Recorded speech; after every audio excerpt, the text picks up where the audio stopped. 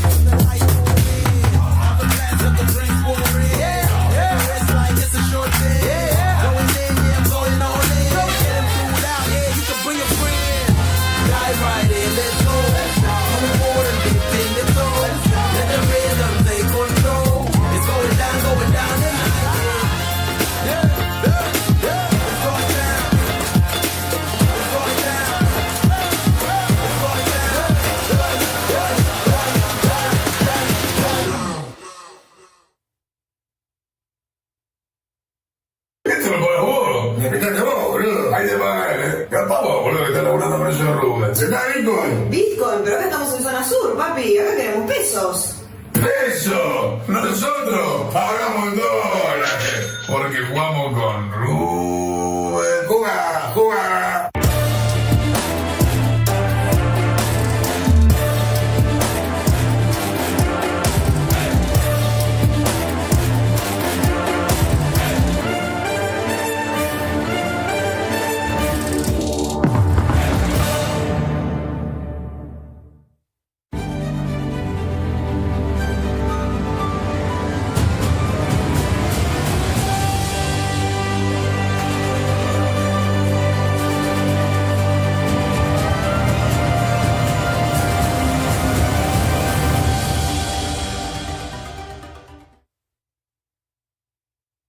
Welcome back, everybody, to the Roobet Cup 2023. To kick things off today, we've had pretty swift games, both of which across our A and B streams were finished off in a 2-0 fashion. Boys, how are we feeling today? Are we feeling comfortable? Are we feeling ready, excited? I know Kassad's a bit deadpan right now, but what about you, Blair? Am I off? Oh, there we go. We're back. I just saw news that Simple might be replacing Na'Vi. That is what I'm more, I wouldn't say concerned, but more blown away It's pretty by. wonderful. Yeah, the Na'Vi are in talks to bring in Wonderful from Sprout to replace the GOAT of CSGO. Kassad, thoughts? Does that surprise you, really? I mean, considering the news and the whole like drama and everything, the fact that he didn't go to Sydney and his statements and attitude towards CS2, does it really surprise you? And like, the dude is a gold mine. Like, Simple as a brand is a gold mine, but I feel like Na'Vi is like tired of him. As an org, you need players who are going to play the game. It's simple as that, right? No pun intended. But yeah, it is still crazy, right? An org looking to replace the greatest player we've ever had in CSGO. That's kind of wild news. But yes, the games are very quick. Yeah. Yes, indeed, Jasmine. I want to talk about that a little bit more, though. Where would you like to see Simple go? Where do you think he would thrive? I think Simple. I mean, he is. I mean, if he needs time to get some, things in order in his head about like everything that's going on about his future, just take the break. I don't care. I think it might be doing a break. Yeah, it might be good for him. It might be good for Na'Vi as well. It's just, if you feel like you need a break, just take it. Like, it doesn't have to be a drama. Like, many players took breaks and they went back. It's fine. Like, it's no problem. We don't have to be like super dramatic about anything. If that's the way he feels, he shouldn't be forced to play. He has a certain obligation towards the fans because he's the most popular and the best player in CS:GO that we ever had, right? But it's just up to him at the end of the day what he wants to do, and we have to respect it. Like, that's it. I agree. Like, just to answer your question, I mean, where would he fit in? I don't think he'd fit in anywhere if he's not happy playing the game. Yeah. Right? So I think he needs to find the motivation for himself. Of course, losing Simple I mean, if he never ever comes back to the game, which is very unlikely, let's be real about it, right? But it would be a big loss because, having Simple in the CSGO world or esports world is always a good thing for everyone from the viewership perspective, from the competition perspective. So hopefully he finds his groove back. Hopefully he enjoys himself. Yeah, the show will go on. The show will always go on, yeah. It's fine. We're going to get new players. We're going to get new wave of talented players. Nothing will pretty much change. I'm sure everybody is eagerly awaiting to find out some more information about that and, further developments. Is Simple going to stay? Is he going to go? Is he going to find another team? Is he going to take a break? But you know what? Enough about that. Let's chit-chat a little bit more about the fact that we have on our B stream today will be Fnatic versus NIP. How do we feel about that matchup? Well, two legendary Swedish orgs with 3 Swedes in both the lineups combined, and honestly, look for Fnatic. They're not bad, they're not good. I think they're just still finding their groove, I feel like. I wasn't super disappointed watching them in Sydney. They had some close games, a couple of wins as well. They would obviously be the favorites for me. For NIP, their trials and tribulations continue. It's just a non-stop parade of WTF. Again and again and again. Estak coming in, I don't want to be in shoes. He's the interim IGL. They have also, I think, Threat's been on record saying that they're still looking to make more changes as well. I don't know what to make of that team. It's just a weird place. Broland, Rez, they've been mid for so long, haven't really delivered as well. Config has struggled as well as a team. I really don't know where the team's going to go right now. Well, I do believe we actually have minus Broland and plus Maxter. Maxter? What the... Really? Yeah. Okay. So... How do we... Does that change anything? It changes a lot. It changes, completely the odds. I mean, if Fnatic was favored, right? But, they're already favorites. Yeah, right now without Broland, I think it's going to be even worse for them, right? For NIP. And I think Fnatic wasn't even a Swedish organization, was it? I think they're founded in Australia or something. Founded in Australia, office in London. But the truth is they have a Swedish culture, right? That's something they lost. And, they are trying to rebuild something of a team with this international squad. I don't think there is any player right now that's kind of stepping up way too much outside of Messi and maybe Afro a little bit. Afro actually surprised me with how solid he was, in all honesty. Yeah, so overall, I do think obviously Dexter is there, but he cannot really find himself properly in this team. I think ever since Mouseforce, it may be the better option for him to be back in Australian CS and kind of lead the way there. But you see Roy, he is like hit or a miss a bunch of times.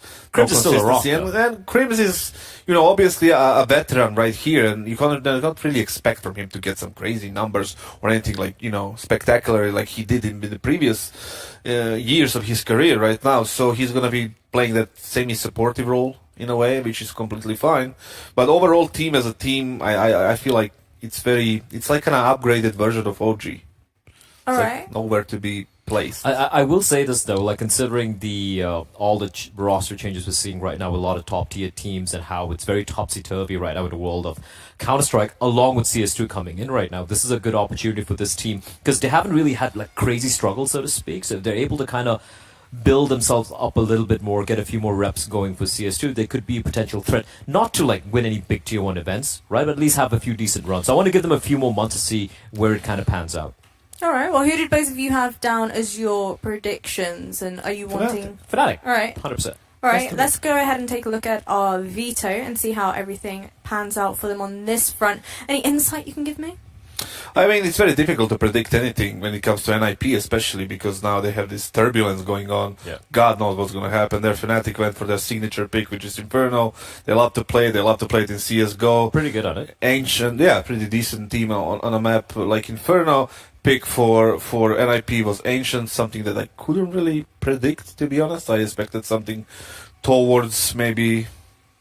Well, Inferno themselves, but they don't get to pick it. But right now, maybe the Ancient is the best option considering Mirage is out, right? And also, like, for Ancient, and this is a while ago, but for me, the playmaker for NIP was always Hampus, right? Especially the T side. I haven't obviously seen them much in CS2, but, like, you don't have Hampus, you have a stand-in coming in here.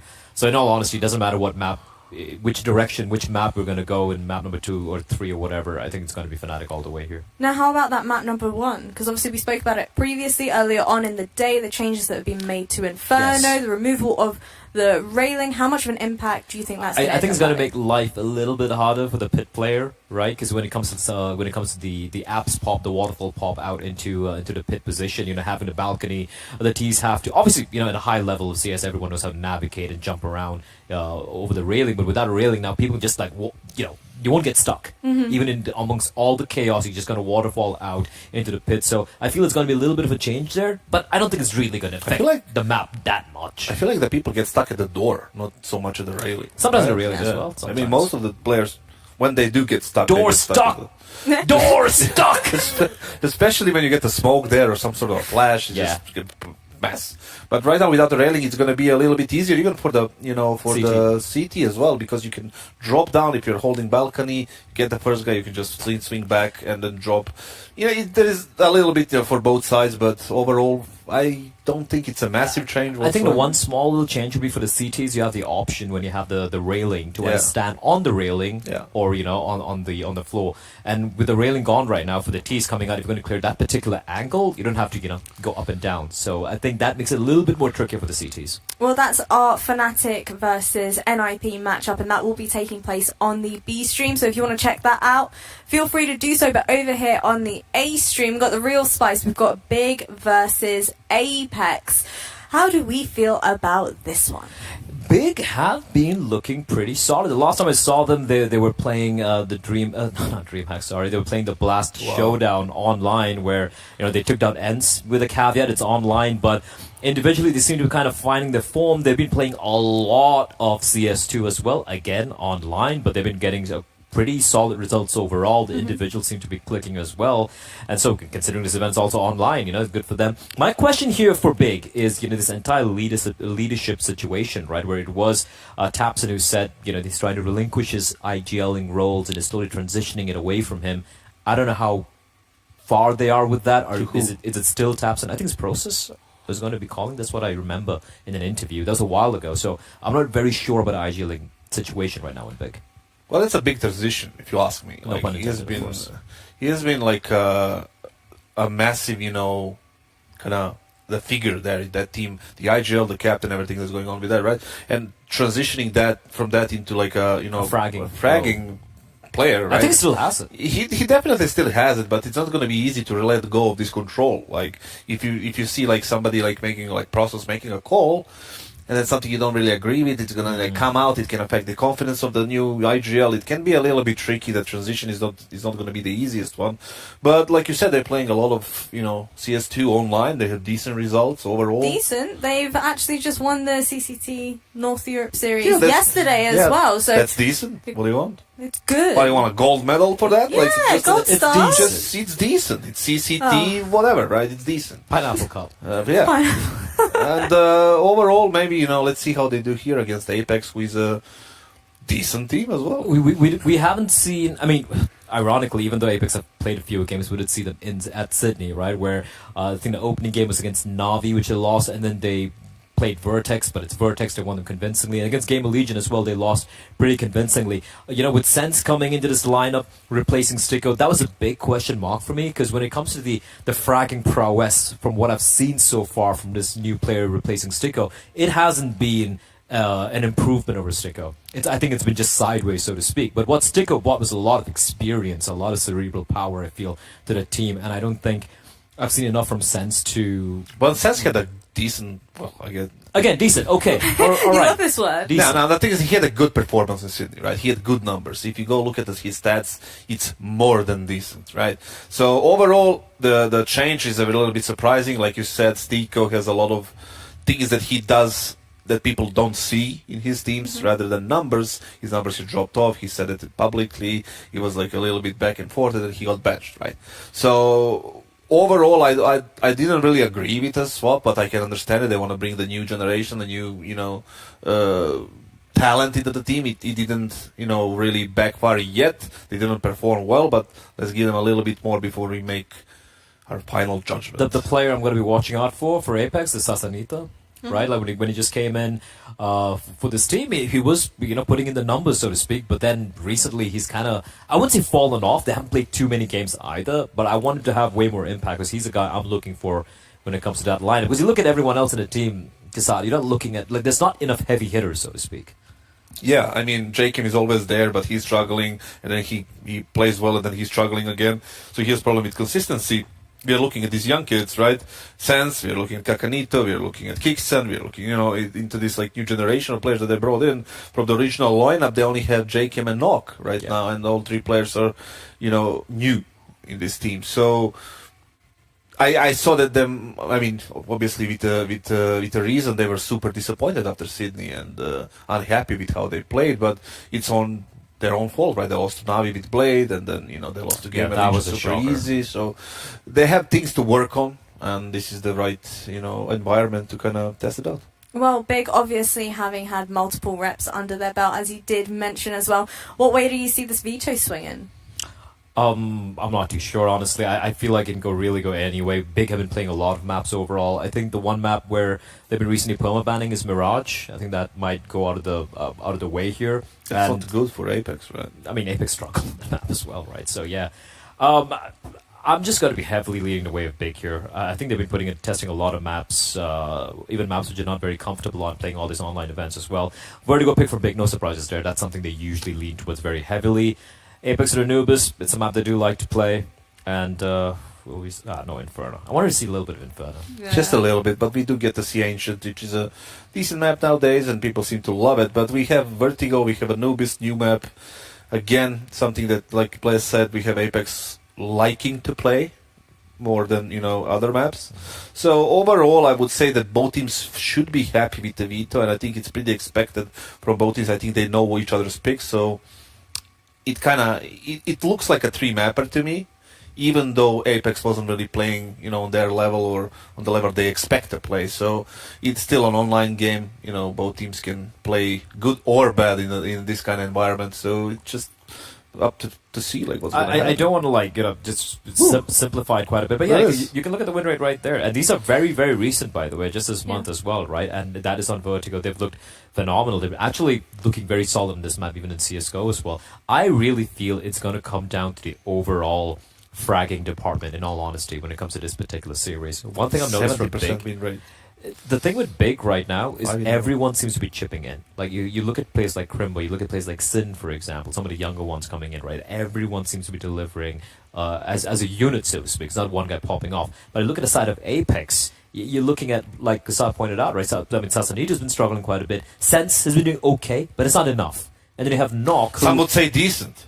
Some would say decent, fine, but I want more, Kasad. I want more than just decent, and I don't think as an entire team right now, I can look at at least two players on that team and be like, yeah, these two guys are going to deliver at a high, consistent basis. And that, I feel, is a problem, because one thing we've seen so far in CS2 so far is this entire pack mentality. Everyone's trading equally, and that seems to be lacking when it comes to Apeks. That's what we saw in Sydney as well. Yeah, the fundamentals were not really there. If you remember the game against Navi, was it you and me who did that Yeah, game? and Mirage mid, Yeah, it was atrocious. Just looking at like a tier 14 team, right? It was just very... I like how you're about to say tier 4 and like 14. Yeah. Well, I have to illustrate how bad it was to watch that. Like, I can only imagine that it was even worse playing like that, right? So something they need to work on in this, what is it, week? I mean, they traveled back in like a couple of days probably. I don't think they stayed. They went back a long time. Yeah, I remember one day before the playoff, I ran into Jakim right in front of some stores in Sydney. So he was like, yeah, I'm catching a flight. So it was like 4 or 5 days. They had a chance to kind of play a little bit and practice and get ready for this. I wouldn't call them like a massive underdogs. They're probably going to be the underdogs in this one, but not a massive one. I don't think they're afraid of playing big. They have enough games under their belt against the top tier opposition, so they should be fine coming into mind psychologically. But in terms of game, it's a different story. Yeah, I think it'd be a disservice to Apeks and what I've seen. Yes, it was grim in Sydney, right? Yeah. But I think they have enough understanding of how to approach this that we should be seeing a 3-mapper here. All right, well, I want to go ahead and find out what Henry and our dear Anders make of this upcoming matchup. So over to you guys. Thank you very much, Jasmine. Yes, another game here, the opener of Group C. We have got Apeks taking on Big. I've got Big for this one, Anders, for the reasons the desk stated. Apeks did not look good over in Sydney, losing to Na'Vi with Blade playing, like it wasn't a good look. But I don't know, I still think it'll be a good game. I'm hoping that Big will put their best foot forward and show us that they are the clear favourites in this one, especially with a technical map like Vertigo up first. They're specialists on it right now, should be off to a flying start and close out the series 2-0, if you ask me. Oh, you're predicting another 2-0. Historically, yes. Henry, you're just going heavily against what normally happens. So how confident are you in that, really? That seems a little bit outrageous. I would say 80% confident. 80%? Yeah. Or an 8 out of 10, whatever you want to call it. That's what we're going with.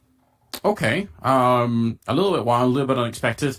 I don't know. I'm just I'm still a little bit high from that earlier 9 win. I just thought they did such a good job. It was exciting. They kind of a big win, even if it's against a somewhat wounded and confused Astralis. I just still think they're going to be happy that it's gone that way. So I look forward to it. And I've been enjoying, just watching the Counter-Strike 2 unfold. Of course, now we have even more drama happening. The desk touched on it with Simple. You want to give us some quick... You got any hot takes? Anything that can anything people can clip, put on... I don't really have a hot take. I just kind of understand it, I suppose. He's not enjoying CS2 right now. They've got a lot of rebuilding to do with Na'Vi. I just don't think he really believes in the project necessarily. Like, there's a lot of work to be done, and maybe he just needs a bit of break from competition. So it's probably better for everyone if he's in that mindset, just to kind of replace him now. Like, we've only just seen this breaking right now. I don't know, how many, I haven't checked the sources, whatever, but it does seem like a logical move.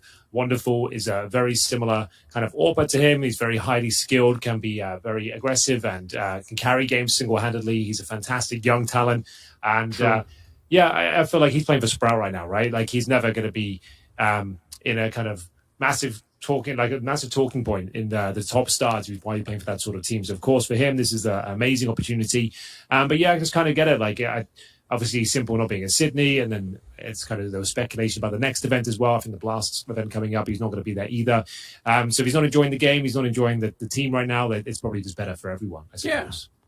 Yeah, take a little bit of a break, and I mean, presumably the game will change. It already kind of has, but I presume it will change a lot over the next couple of months anyway. So it's also possible that you're not losing maybe that much by, just sitting it out a little bit. You regain some strength. Probably if that happens, that'd be cool to see. He's been competing well the last 8 years or so, right? Yes. Like, he's 26 now, but he's been non-stop since 2014. It's been a wild ride. So maybe he does need 6 months off, just to kind of find himself there, find that motivation and passion once more. That's reasonable. I can't really blame him.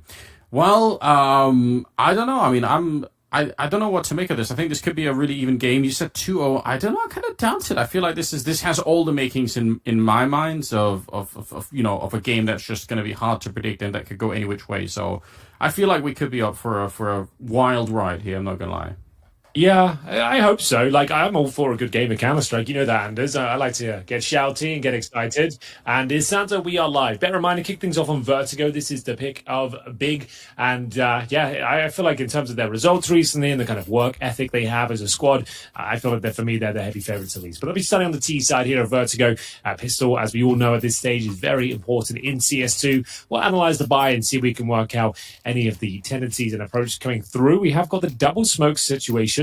For Big, that is, and an HE grenade as well. So we saw yesterday the HE grenade using behind sandbags. There's an idea you could blow the smoke early on, but it looks to be an A execution. Double smokes going down, Molotov boost, HE towards sandbags. That's exactly what we saw yesterday on this map. We'll see if it's a similar approach. All 5 players making their way towards A, Anders.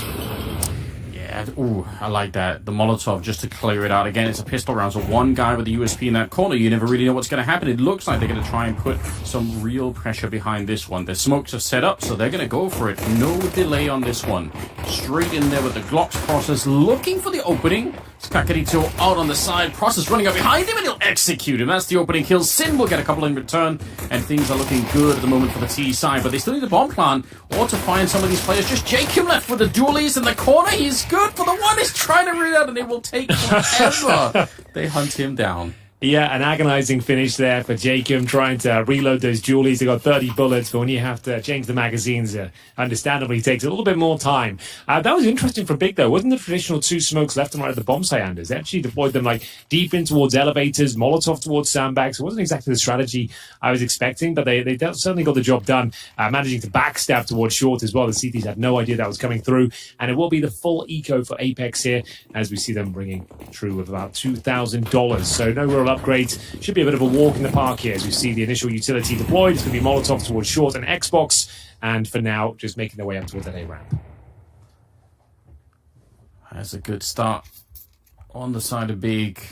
Gotta say, I mean, once Mantu sort of came back in a little bit, because it looked like it was a bit confusing. Like he was just gone for a long time, but when he finally came back, it was really good to see. It was really impressive. So yeah, he's been great. Like I definitely had my doubts. He didn't seem like. I'm not saying Mantu's like a bad player. I think he's a very serviceable sniper. But there's changing the team's identity from German speaking for him. I just like, well, that's kind of a crazy move. But I guess they've done it before. Like they've had Smuya in this squad, they've had Zantares. So if he's the right fit and it seems to be working out for them, then why not? They all speak very good English. Like I've interviewed a few of these guys. Like everyone's English is top notch. So it's not like that's the issue. It's just like, well, what's that worth? And apparently the answer's been yes. That Mantu has been. A breath of fresh air. So I feel like that's been absolutely fine. So yeah, no complaints here, but Sense is actually making things a little bit more interesting. He gets himself his second kill of the round. He'll be buying up the next one, so he's actually managed to garner himself an extra $600. So he saves the Galil as well, and the smoke, he's done very well. And he goes down to 2 HP. I was about to say the bomb blast, as we all know in CS2, is a lot more deadly, but he manages to save himself and the Galil, so he can even drop. I suppose he could drop the orb. He would have no Kevlar. I don't think that's going to be the case here. That would be a pretty mental maneuver. But if he gives out a Galil to Nork, for example, keeps Nork's money nice and strong, looks like it'll be Sassanito with the Galil going into round number 3, the first gun round here.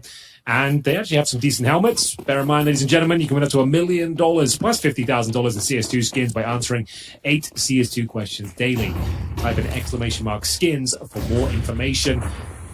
Very much to Roobet for sponsoring this epic tournament. Always a lot of fun. Have these top teams battling it out. We've got 16 in total, and 10 of which are from the top 20. And it's pretty exciting stuff. There's the smoke being blown out. No, definitely can't. And especially when we're still like learning CS2 right now and kind of feeling everyone out, all these teams and where they're heading. This has been a great scouting mission, I think, to see where the land lies. Yes, Kassad would say decent. It's decent, yeah.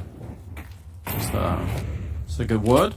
Well, let's see what Apeks can come up with here in this third round. So far, it's just been a lot of attempted wall bangs and some shots ringing out at the A ramp, but no real connections. No one's really fighting each other yet. Jacob's taking a little bit of damage. It looks like they're going to retreat a little bit further back. They don't want to stick around too far forward.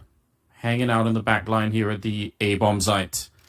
And look at this. All 5 players of the A ramp. That's a little bit strange, Henry. Not even an attempt to try and sell anything over at B. What do you think about that? I like it. It's like one of these kind of strange rounds. It's like quote unquote a bonus round, Anders. So you don't want to be presenting like the flat default or just trying to work like a traditional round. You want to take advantage of the fact you've got some Mac 10s and Galils here. You wanted to present something a bit spicy and get the momentum rolling in your favor. The time is of the essence. Less than 30 seconds here as well, and they're starting to juggle utility around. So what's the final maneuver here? Has to be the A finish, but I got to execute. Sassanito, one of the headline acts here for Apeks, he will swing into danger. Down he goes, now with 13 seconds. I don't think they can actually pull this one off. It takes something magnificent at this point. 8 seconds remaining, and a big kill for Mantu. Maybe they can get that bomb planted after all. We'll have to get it down right now, as Sense will be rotating in. He's got no utility to deny the plan, but he has got a big opportunity to win the round, to be honest with you. Yes, he does. Smoke does make it a little bit uncomfortable. Yeah, they might be very low on health. There's the headshot. Didn't even need it, but just going to get it anyway. Not necessarily a bad job. And the problem still is no kit, so it's a 10-second defuse. Crimbo is just miles away at this point in time. He's so hard to find. Look at him trying everywhere. Shooting the walls, looking for it. He's running around. You just can't see him. And again, with 10 seconds, it's just all day. Crimbo, just by hiding, has pretty much won the round. What an evil way to get away with this one. Third round on the board for Big. Sense really trying, really looking for the kill. And even going to get shot in the side of the head at the end. Man, that was well played.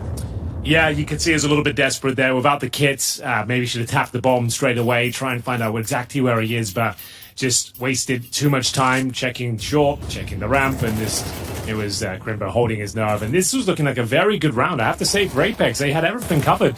That big spray down with the AUG from Nork, you think that'd be enough, but they managed to squeeze the round out. It comes down to the minutiae here. Just what, like, it was like 20 HP between the two of them at the end there.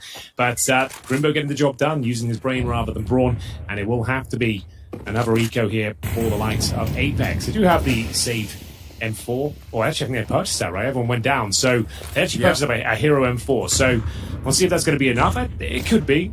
These rounds aren't impossible. They've got some Deagles. If Sassanita, like I said, the star of this squad, can step up, maybe they're onto something. The problem is they've got the Mac 10 down once again, and I just think lack of helmets, and there should be a bit of a swing here from the T side as we see a couple of kills with Tapson, and now just looking to mow them down. Process with his work cut out for him, Jake, and that's not bad. He gets himself at least a Mac 10 into the mix. All right then, 2 versus 3. I mean, it wasn't even necessarily the M4 that did a lot of the work there. Unfortunately for Jacob, he just peeks right into the shot. Sense alone with the CSET 75 at a 1 versus 3. We're seeing, I mean, we already saw that at the end of Go, where people are trying to sort of bend the economy as far as you possibly can. You would buy those Hero FAMAS, the Hero M4, you just try and make it work. And, I mean, it can work. It's been proven in the past. It's obviously a little bit of a risk, but all you're really doing is giving yourself a slightly worse round coming up, right? It's not going to be dreadful. It's going to be maybe a little bit worse. And actually, as a case may be, they seem to be doing fine even on that front. A little bit, maybe a little bit less money on one of them, but not really anything to write home about. They're doing fine. And yeah, they had maximum loss bonus next, so it was calculated. As long as your money's okay. $1,000, you're still getting the 34 on top, and with the M4A1S being $2,900, you sacrifice the helmet, you still have a pretty decent buy, to be honest with you. So there it is. We will get into round number 5 here. Bit of a flat start, though. Apeks up against Big on their map pick. They are looking great. Hot to Trock, a flashbang. That's the gaze of Jacob. But they're not committing just yet. They're not getting a gap for Mantu to exploit. And he spots one, but can't connect the shot there. So gives it the fact that they had some mid-presence there. They'll fall back, reset the round by the looks of things. This process just deploying a Molotov towards the Xbox. So going to try their luck once again. This smoke has been a little bit awkward to handle, but for now, the CT's sacrificing middle by the looks of things. So happy that on Vertigo, mid has been more and more of a feature of the map. It really was annoying in the beginning how the T's would just completely forget about it and either hit straight A or straight B. It was getting a little bit too one-dimensional. I think the map's been saved a bit by this tactical aspect opening up, so we'll see if they can actually make it work. Good smoke, good Molotov to push away Jacob. They kind of know all the basics here, and even if they never really go for it, just putting pressure on it, it does make it uncomfortable for this defending side, so maybe they can find a weakness somewhere else. A little bit of a nade going down towards Sin. Didn't really seem to catch him at all. And the bomb making its way back. So, oh, that's close. Look at Jacob. Through the smoke, he's almost dead. Close, but no cigar. Definitely makes things more problematic now, but time is of the essence once again. 30 seconds remaining. Looks to be a beat finish. Time will tell if they commit, but yeah, time is the operative word, I have to say. It's going to be a beat split. So Molotoving towards the close boxes here. You can see the CT feeling the pressure towards that B bomb site, and Process will commit the split. And he's going to get that first kill. It's not the cleanest, but we'll take it all day long. North will go down as well. So now it's down to these rotates and taps, and that's audacious. 10 seconds remaining here. They can get the plant, but its retake is certainly on the cards. Yeah, I don't know about that one. I guess you could have caught somebody off guard because it was so quick, but now you've actually given them a chance to get back into it. 3 versus 3 for the retake. Apeks would love this one. Good flash, but it doesn't matter. They're getting the kills, and a shot from Mantu. Suddenly it's a 1 versus 3, and they're running him down. He's got no shot. Henry, they might have given it up. That was a 4-on-3 with the bomb planted in a very difficult bomb site to retake normally. Yeah, I can't believe it. Because Tapston, like, that's already prime real estate. Like, having that kind of elbow position, like, by construction, as holding that in general is massive. The fact he swings out, I get the idea, but you're trying to close out the round and go for the haymaker.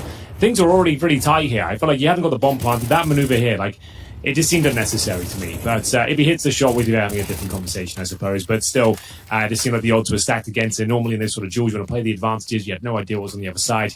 And yeah, that's actually quite an important round. That's broken your streak and broken your finances. So it will have to be the eco here. Not really much to report. A couple of Deagles and Glocks, P250s otherwise. As we enter round number 6, Apeks are on their feet and almost gifted the round towards the end of it. Yeah, it's a bit disappointing, I've got to say. I was kind of hoping for a little bit more, especially out of someone like Townsend. Obviously one of the most veteran players, probably the most veteran player in the server. Sense getting a little bit of a tag there, gets the kill as well on Sin, and Pistols coming out too much on top of the moment. Running out of bullets though will help out. Crimbo able to pick up the kill. So they've done a little bit of damage, which, looking at the economy on the Apeks side, it's pretty decent, right? You get a couple of kills here, you're making sure that the CTs have to pay for it. Another kill though, that I think would really put them over the top here. But might be very hard to find. They've recovered the AK, so a chance maybe. Still got a minute left, and they're boxed in with Nork on the other side. Yeah, it looks like they're going for a T-spawn, though, so they might get the jump on him. But heading back towards middle, why not? They've got plenty of time to work with him. Might as well be a nuisance and get themselves into an unpredictable position if possible. So they've got a smoke as well. We sort of deploy the mid-connector smoke, take that vision away, maybe focus towards the construction area.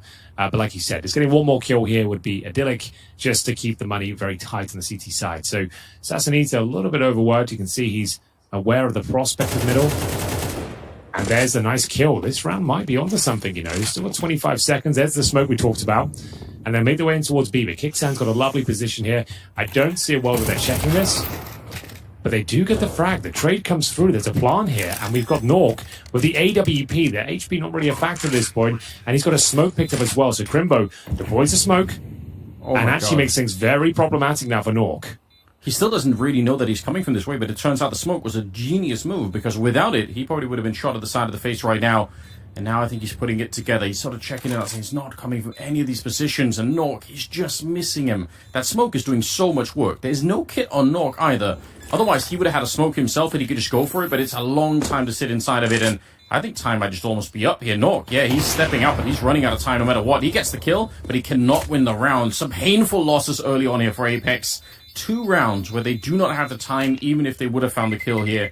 Not going to make a difference. And that's an unbelievable round for Big to win. I can't believe it. I can't believe it either.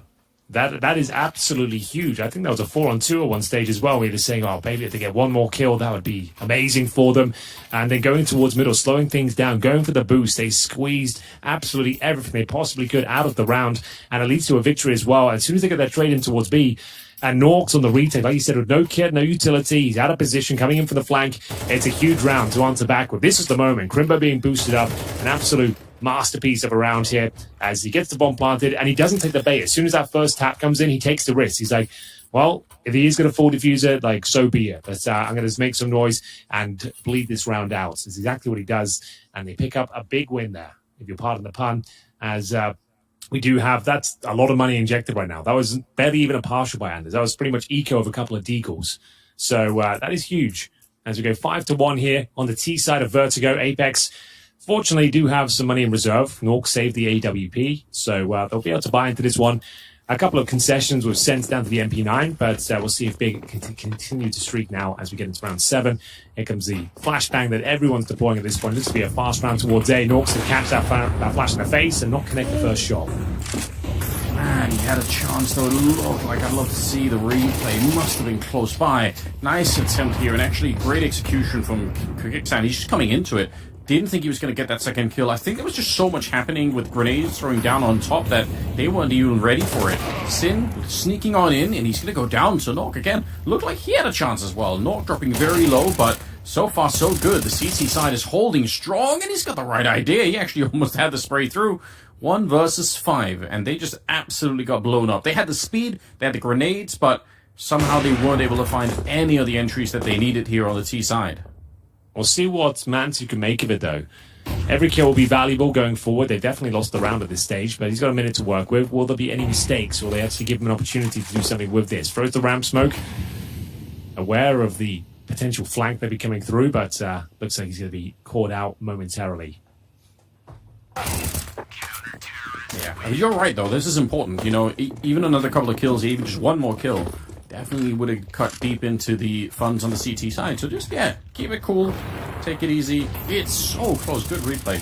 That's so close to being a flick to start the round. But it turns out, like, I think it's the inside of the smoke and the Molotov in the front just making it very hard for the T's to see what's happening when they come out to take that fight. So maybe not the ideal scenario. 5-2 the scoreline, though. And Apeks still with the chance to bring it back. They need to keep this economy straight, though. That's the big issue that they're having at the moment. Well, now there's the same sort of buy that eluded them before, up against the Deagles, the Glocks. Need to make sure this one is clean. They can't afford to even allow the bomb to go down here. They need to keep the money tight on the big side. We're heading in towards the B bomb side this time. Seems to be relatively open. They focus more of their efforts towards middle. It's going to be Nork alone with the AWP. If they do get the jump on him, there's a chance a missed shot comes through. They overwhelm him. They've got no utility. It would have to just be brute force to break through here. But there's no way they can flash and they can't Molotov him off the position. So he should be fine for at least one and cool for the rotations. But what is the play here? Seems like they're going to be boosting a player up and towards the wooden boards. It's allowing Nork to reposition. Don't think he spotted the player jumping up just then. But yeah, this is just a matter of time. I don't see a world where they win this round, but we'll see what can be done. A couple of kills would be great. But now they've been detected on the other side. Do they just go for it? I guess they have to.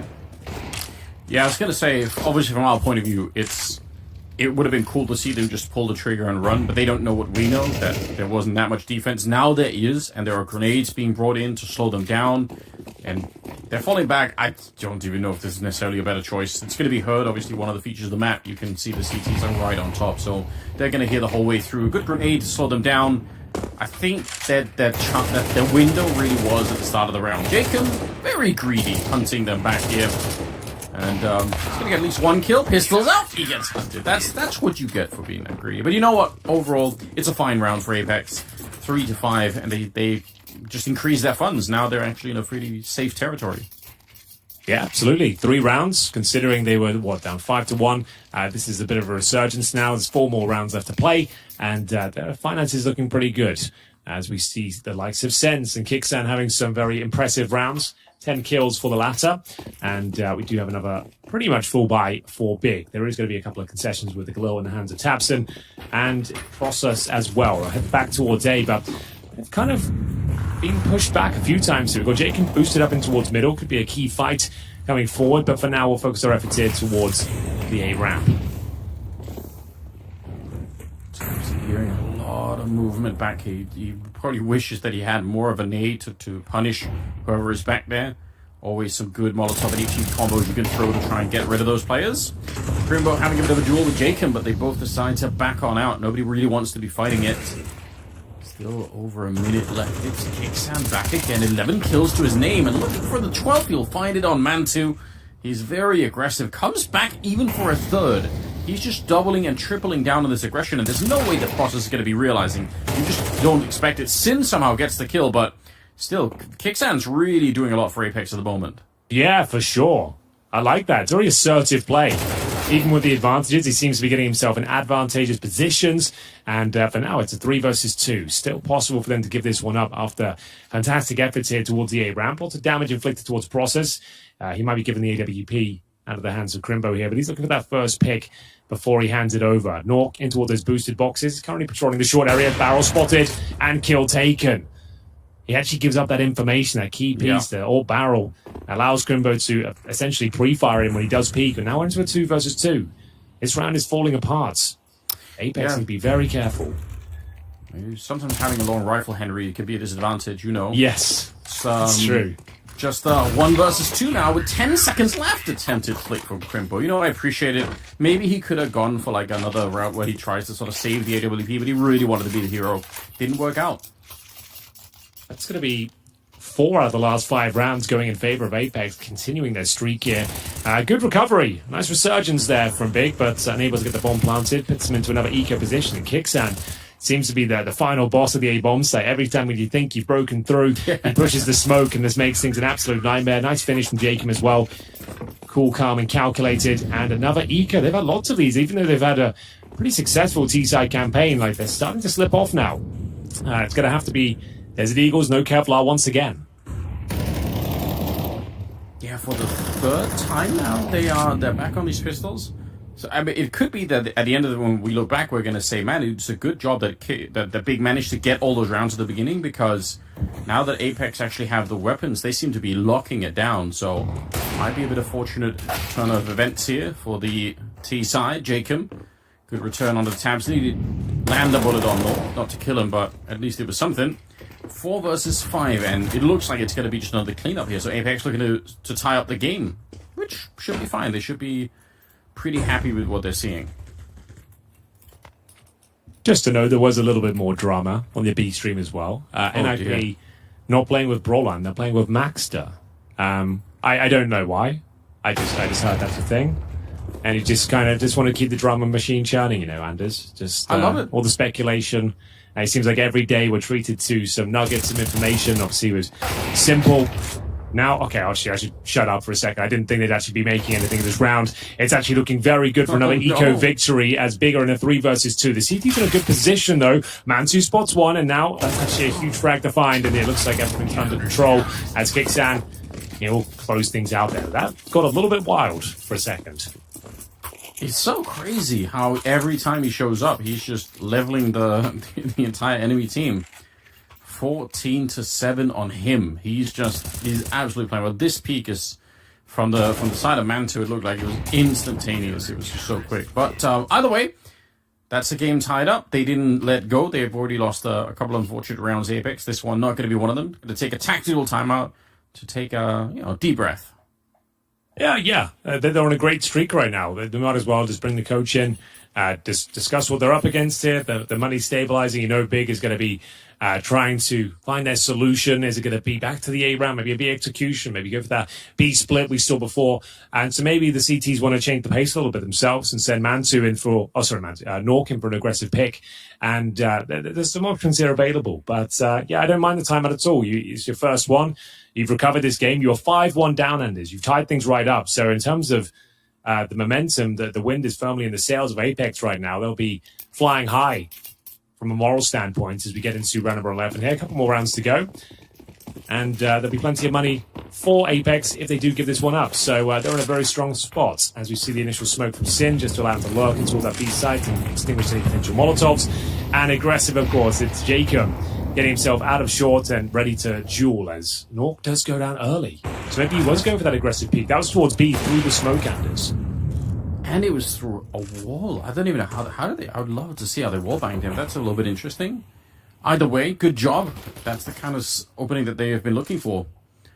Jacob decides to back on out. Just Mantu trying to peek through the curtains.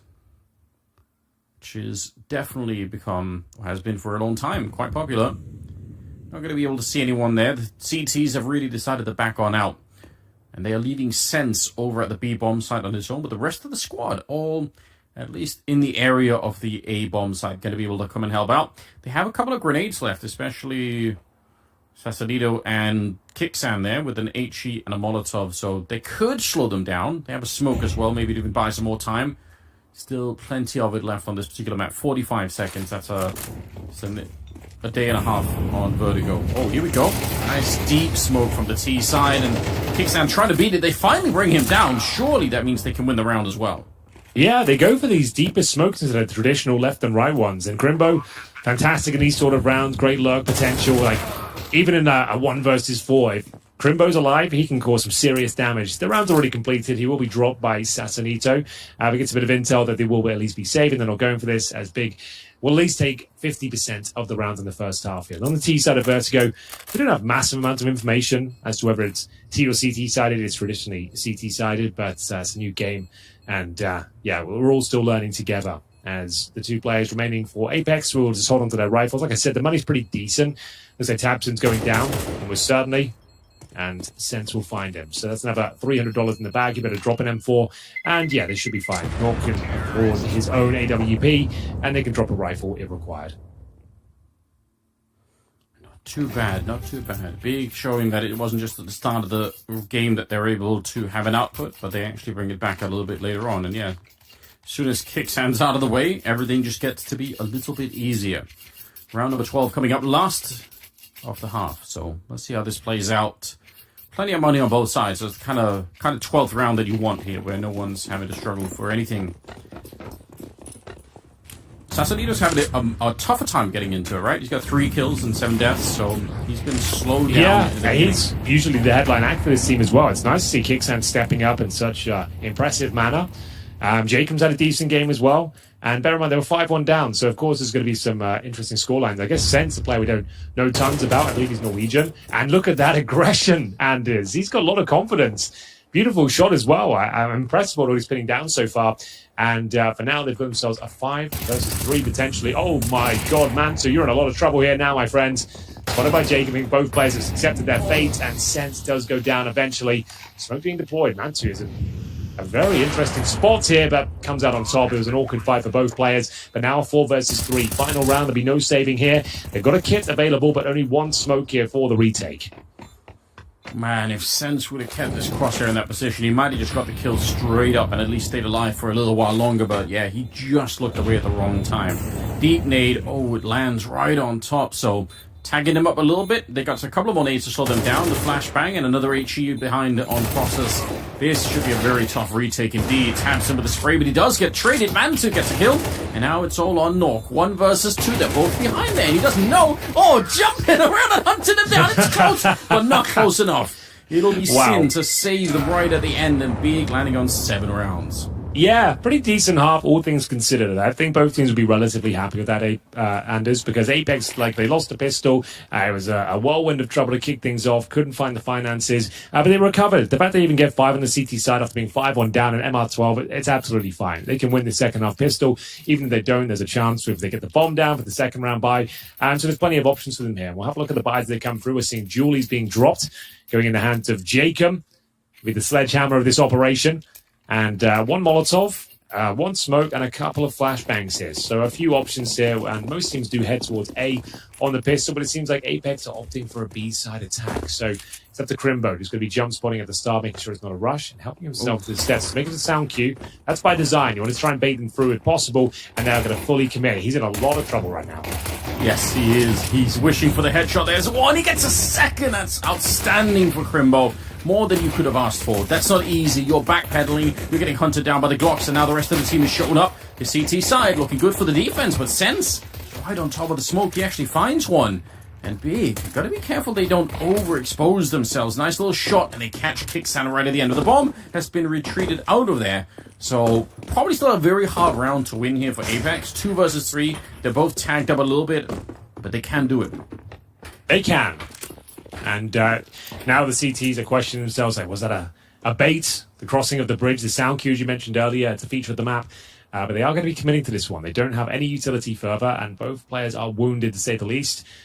They have to kind of slip the net, though, but they're going to be pushing in towards the elevators. If they can just find 1 more kill, Mansu, that will do nicely as he gets himself 2 beautiful headshots to close out the pistol round here. Big, certainly in the driving seat right now. 3 players surviving, and there it is. It's down to Crimbo, though, Anders, to be honest with you. What a beautiful sequence. He was under a lot of pressure. If he goes down with nothing, call that round over. It was a full B execution. The fact he gets 2, delays him for so long as well. Then Mansu with a clinical close here towards the A bomb side as well. No plant, just a note as well. So it has to be a full eco at this stage. They can't really do anything with this one. So that's 9 rounds pretty much guaranteed for the German squad. Yeah, that's really, really convincing. They are heading in the right direction. And it's very hard when you're solo playing in a pistol round like that. You have to make a choice, right? At some point, you have to stop running, or you're going to get shot in the back, but you don't, obviously, you love in a way to get back to even more safety and play with your teammates, but Crimbo just deciding at the right time to step it up. Aggressive and maybe a little bit too greedy. Here, process though, good. Gets the reload in, comes swinging out for more, and it's nearly the ace spray down. But we didn't see it. We've been denied. Out of all the players, though, you want to pick that up, it's going to be the SMG player, Anders. That's remarkable. He just made, $2,400 in that round alone. That is a massive cash injection. He goes down, but it means he gets a nice strong buy going forward as well. So absolutely no problems there. And we'll get into it. 9-5. Big touching distance of picking up their first map. It's Anubis next. We haven't seen much Anubis, Anders. It's my favorite map, I'm going to be honest with you. Probably Anubis, really? Ancient, and maybe Inferno third. But yeah, it's my number 1 map right now. Is that the novelty effect, Harry? I don't know. Yeah, just because it's it's uncharted territory. Mirage plays very similarly. True. It's kind of the same old shit we've always been talking about. Anubis, it feels like there's plenty of options there. I like Inferno as well because it's completely reworked. I like Overpass as well, just because there's new ideas and things to spectate and see how it's evolving. Yeah, I'm actually settling in quite well. I'm quite happy that there are not a lot of maps right now that I really truly hate. I will say I don't like playing Inferno, but just because I feel like whether I go A or B, my teammate's always going to die on the other side of the map and I can't get there in time. I just feel like it's, I don't like playing it, but watching it's fine. But here we go. It's Kicksound. He did one just on the CT side. Now he's on the T side, opening it up. They're creeping through a process. Wide swing. I can't believe he's more. Nearly the quad kill as he's putting Sense down at 31. That is such a lot of output. I really thought he was going to be dead behind the first kill. It looked like he had his back turned to the entire rest of the middle, but somehow he just turned up. That's amazing. Yeah, and it had to be 3 kills as well. I don't think 2 would have sufficed there. He gets like 3.5. So there it is, that final bit of damage output from Process that enables him to pick up the 10th round there. That is massive. Because they've got $3,000 per player here. So they got the opening frag on the Orpa Mantu as well.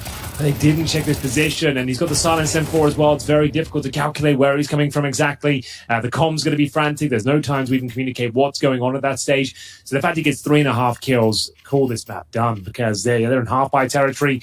Will be close to map points after this round. But maybe they can steal it away.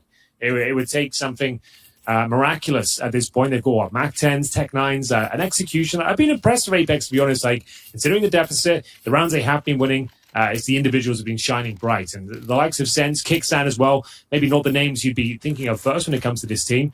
They've had a great showing here. So they're getting warmed up and showing us they can match the pace of Big. Yeah, I definitely would say so. Right now, they probably need, I think, especially Sesame, so maybe Nork as well, 8 kills, but they need one of those 2 players to add a little bit more. Then maybe they're going to be a bit more competitive once again. This round's going to be a bit different though. Tech 9, actually a couple of Tech 9s, 4 of them, and a Mac 10. So probably very, very tricky to try and find an intro. I know Big did prove it a couple of times that it can be done with just the pistols. Molotov there, forcing one of them, Sense, nearly off the side of the building, but he's okay for now. And they look like they just want to find the right timing and go for it. Oh my. Well, here's Crimbo and Sin working in tandem right now. Bear in mind this is a bit of a partial buy, but they're making it a little bit uncomfortable for the CTs. Players in towards middle, and Mantu, how has he survived that encounter? Jacob will be kicking himself there. Process at least finds out where the last player remains. It's Nork with the bomb on his back here. He's got Kevlar, a smoke, and now an M4. So it's going to be a difficult round to clutch, but he's got a minute to work with Duranders. So what are his options? He can try and go for the smoke and plant to ensure the cash, or he can go for the long con here and actually try and win the round. We'll see what he's got up his sleeve for 45 seconds, hoping the CTs get inquisitive towards shore. It would be a little bit surprising if they did that, to be honest with you. Like, they have no information as to where he is. You just want to play defensive positions, allow him to plant, it's okay, and then try and win the round together. I mean, I feel like the further behind you are, the more you're going to be tilted towards trying to win the round rather than just getting the extra bonus money. And they are 5 rounds behind, so about to be 6. I feel like you just try and go for this one. Smoke up, go straight for the plant, no faking it out. Molotov on the one side, so they kind of know that he's going to be forced to escape over on this side. They can already hear him running as well.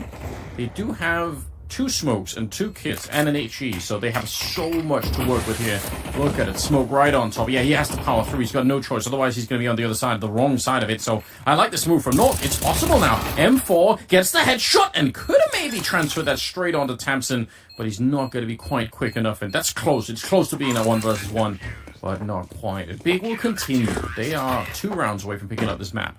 Yeah, good effort there from Nork. He made things uncomfortable for sure. It comes down to a 1 versus 1, but one he probably couldn't win, unfortunately. The trade potential, as you mentioned, is they stick together, allow him to plant, and that's absolutely fine. They get to smoke off the choke points and eradicate risks, and it will be Big now, just 1 round away from map points on their pick. But with the bomb being planted, we do have a nice strong buy here for the likes of Apeks. So we've got the AKs across the board with a Nork AWP as well, and all the grenades you could possibly ask for here. So they're going to do anything here, make a dent on Vertigo. This would be the time to do it because time is running thin. There's a bit of a gap in that incendiary, so Jacob's going to try and exploit that. So it wasn't quite deep enough, but maybe it's by design. I was going to say, Mantis seemed to be very aware of someone coming through, but Jacob was just a little bit too forward for him. Yeah, nice shot. We'll open it up. AWP from Nork, hoping for a mistake, but looks like it's just going to be the grenade dropped. Maybe a Molotov to follow it up on the other side. And yeah, this is a dangerous game you're playing, Tamsin. Oh, he's going to win the fight anyway against the AWP, tapping away and running out of bullets at the end. That's a bit of a shame. Still, it's a 2 versus 3. Crimbo and Sin, they can bring it back. That fight at the ramp almost going the way of Big, I've got to say. Sin's got B control of the steps, but he did make a sound cue there. I'm not sure if Jacob heard it. They are going to head back in towards his position though. Now this is a ratty position, Anders. You must love this one. Look at that. Great Yeah. foot is 1 kill. No one to be pre-firing this. I like it a lot. So hard to peek on the generator there. Yeah, it's just uncommon enough, just enough that you're not going to be ready for it. Smoke on top, and Kicksan, he wanted to find a kill right before. You might have seen Sin jumping, but he didn't quite get it. 35 seconds now. And Crimbo, He's going to push the smoke? Okay. he's certainly thinking about it. Oh my god, this is so... I mean, talking about a rat play. He's absolutely ratting all the way here. Wants to go for it, flashing his way through, hunting it down, he gets the headshot! Oh my god! That is well played. 19 seconds on the clock, and Jacob Ye could spray him down, but now he has to run back, and he can't really be silent about this one. He has to just straight go for it. Doesn't realize he's about to get shot in the back. He doesn't have... Well, he has a smoke and a Molotov, so he fakes it once, and now he has to go straight for it. Crimbo just a step away, finds him in the open, Wow. lines up the shot, and it's big to get to 12. What a beautiful sequence from Sin there. Really enjoyed that. Heads up Counter-Strike. He's holding the B steps. He has to deliver the goods, and my god, does he ever. Apeks don't even get the bomb planted there. It's a 3 versus 2 against him, and Big to steal the round away. It all started with a tap and spray down. Picked up the M4, tried to tap them down, but it looked like an advantageous position there for Apeks, but Sin, really, really well played. That's some world-class Counter-Strike you just witnessed there, ladies and gentlemen. He was getting pressure from the B bomb side as well, flashes into the smoke, denies the plant, and yeah, it's just a real nice way to approach that situation. They've now got map points. We might be done here. That's a great grenade as well. So they've got like a little set piece to blow that opening smoke, deny players crossing over to the left-hand corner. So that's great information. So Sin not going to be given a rifle after his heroic efforts in the previous round, but is this where it comes crashing down for Apeks? I think the scoreline is not telling the whole story. Like, it has been some really intense close rounds. I think they played a pretty decent game, all things considered. Like, they were down 5-1. Pistols haven't necessarily worked out for them. And we'll see. Like, they might have a few more things to say about it. They can get to 8-9 rounds, which I think is still possible. I think they'll be happy with this map. Oh my god, second HE lands right on top of Kicksan, so he's been the man to pull Apeks out some of these tough rounds. This time might just be a lot more tricky, though. He's actually walking into the back line. Sasadita with a good shot. Mansu gets him in return. But yeah, Kicksan, no one's expecting this. He might have dropped very, very low, but he's got the timing against them. This is so awkward. How are they attacking from the middle towards the A bomb side? There's the first kill. There's 2 people on the other side. No one's expecting this. And yeah, Kicksan's going to be going down. Jacob trading it. They don't know about Crimbo. There's just so many people. Oh, the timing, though. I can't believe Crimbo's got away, that he's actually still alive. They have no idea that he's here. You could see Nort getting shot at the back, but unfortunately, Sin also finding his early demise here. And Crimbo, I think, in a lot of trouble on this one. Has the smoke. Maybe could have gone for the bomb instead, but he's going to get shot down by Jacob. Either way, that was going to be a tough round. What a chaotic round. Yeah, even after winning the previous one, it was 1 versus 1. The CT economy is in ruins now. So that was the round Apeks obviously had to win with it being map point, but it's going to lead to a few more. Like I said, like 8 or 9 rounds, still very possible. If you're big, though, do you really want to invest much into this? You've got $4,600 on Crimbo, but that's nice amount of cash to actually drop the AWP going forward. He's opted for the M4 here. So they're going to try and invest actually quite a lot. Since fully invested, they're still buying in spawn Anders, so they've gone for it essentially. Like, they've saved themselves about I guess on average about $500 with 2 players pretty much all in. But we'll see if they just can find the knockout blow right here, right now. I mean, why not? Put an end to it before Apeks get too riled up, before they get too much momentum going their way. There is a chance. In a flashbang here on Sin. See if he gets through any of them at all. It's all down to the CSAT 75, and it's absolutely wrecked. No chance there. Jacob, not the best spray, but it doesn't matter. He gets the job done, and that's all we are looking for. Bomb plant is going to be following fairly soon, and might as well just save the M4. I don't think there's anything left to fight for in this round, unfortunately. So Apeks getting up to 7, presumably, and just like you said, if they can get up to like 8 or 9 rounds, at least there's something to write home about it. That looks like it is doable. Well, there's 7. That's locked in. They've managed to recover an AK-47 in Mansu's hands at least. So if they can save those 2 rifles, it wasn't the craziest investment. I think they invested a bit too much, if you ask me. But they've managed to hold on to these rifles, so it's absolutely fine. Apeks would need 6 rounds in a row, now 5 after finding success here. A very clean round as well. But that B-bomb site completely destroyed on entry by the MAC-10. There we have it. everyone survives the blast, then the rifle will be making it into the next round. So that's something, I suppose, but now it just kind of puts them in an awkward spot again. It's like they can't afford to fully invest again. They're going to have to rebuild the finances here, but they have got enough firepower to win the round, so this may be worth a tactical timeout here, bring in God B and discuss their options. Yeah, I think so. You don't want to be faltering right at the end. I mean, this is how you sometimes can lose a bit of a lead or end up in overtime, is if you just, keep it going forever. So I agree, maybe take a deep breath and make sure you close it in style and not let the enemy team get back into it. Because honestly, you look at Kickstand, he's got 20 kills. It's 15 on Jacob and Sense. It's not like they don't have people on that Apeks side that are doing some work. Triple boost, Henry. What do you think? This is a really technical as well. They did some weird jump to get them in this position, and it's actually paid dividends. What a maneuver that is. That's got to be a God B special. Like, we've seen triple boost there before, but they did some weird little boost there. Like, the first guy jumped to get like an elevated level, and he was up super high. It was such an intense, deep angle, and he's found himself 3 kills. So Crimbo, with the saved rifle, looks like he's done enough here to get them over the finish line. Really nice call, and it is going to be a 5-on-2. Let's see if they can close things out.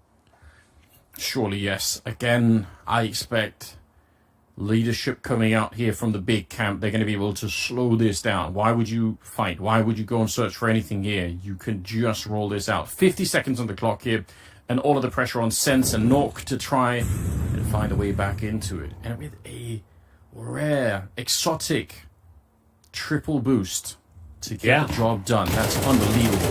They spot out Sense, they do some damage, they try and double peek him, and they will be successful as well. 30 seconds for Nork, and I can't even really manufacture a good story to make this one work for him. It's just so unlikely. I guess picking up the AK is a good lead, a good beginning. 20 seconds, and he's shut down. Henry, it's 13-7, and it's big with, a bit of a schooling really here on the opening map. I guess so. They did very well. Like, Big had to work super hard. Like, once they started losing rounds in that first half, they were 5-1 up, but then Apeks came online.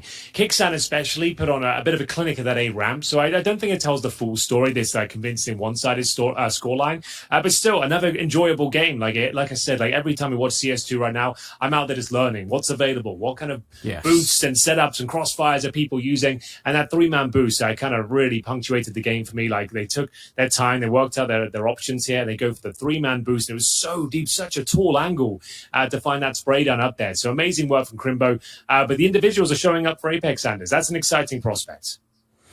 Really, really well done. You've got to give them the credit, and we'll see if Apeks can manage to revive themselves going into the second map. Hopefully they can. But before we get there, we do have the desk ready to break it all down for us.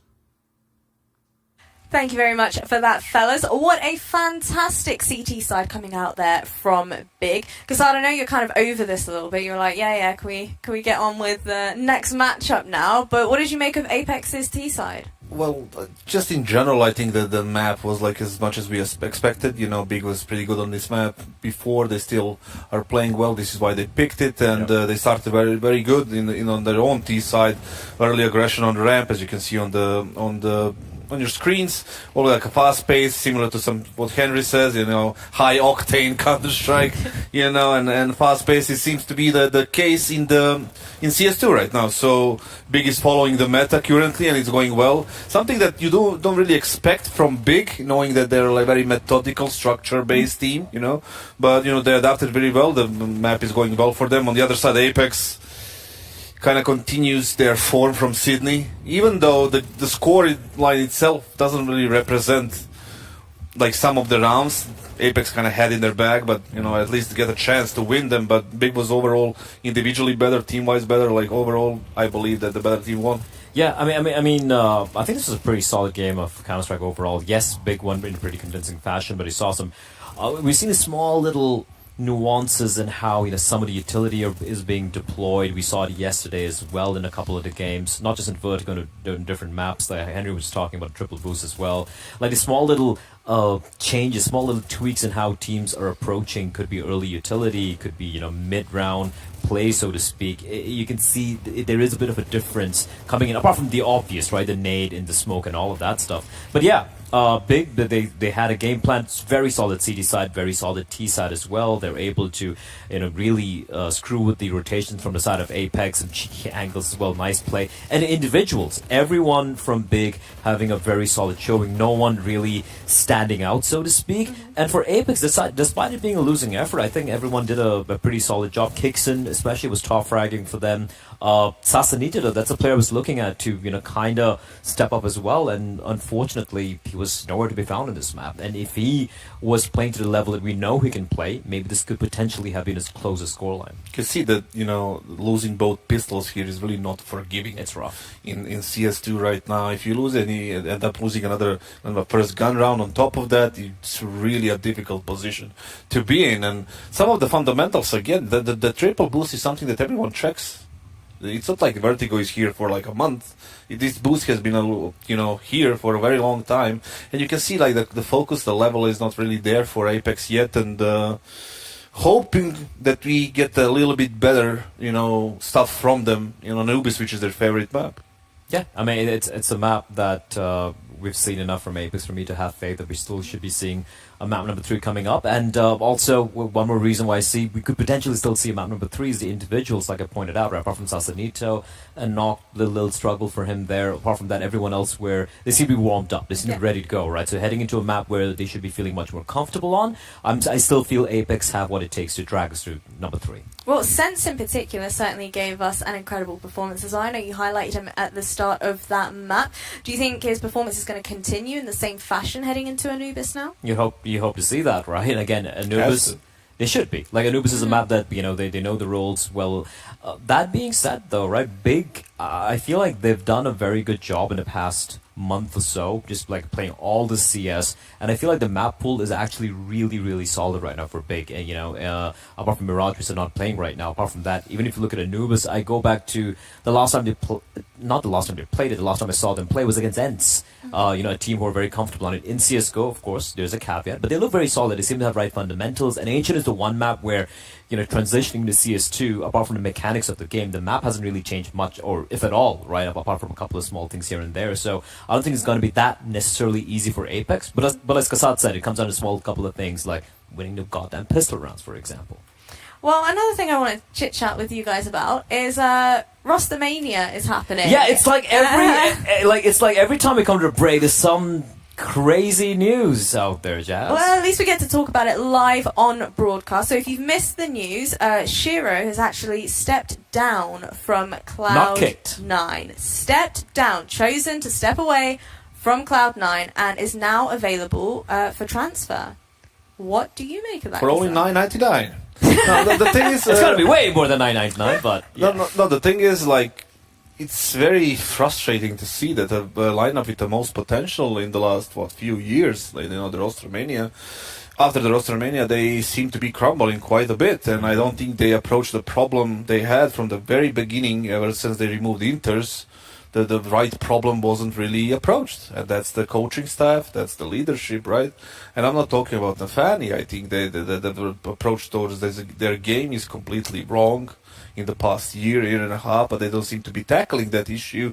They just keep either swapping players or making players so ridiculously tired of being in that team, they just step down. So if you can allow your star player, Shiro, to be so frustrated with whatever is going on, that he steps down alone by himself, then you have a dysfunctional team, and maybe you need to re-examine something. It is so disappointing, though, right? Because we had Hobbit coming into as the IGL. They switched that up. They're finding immediate success from that.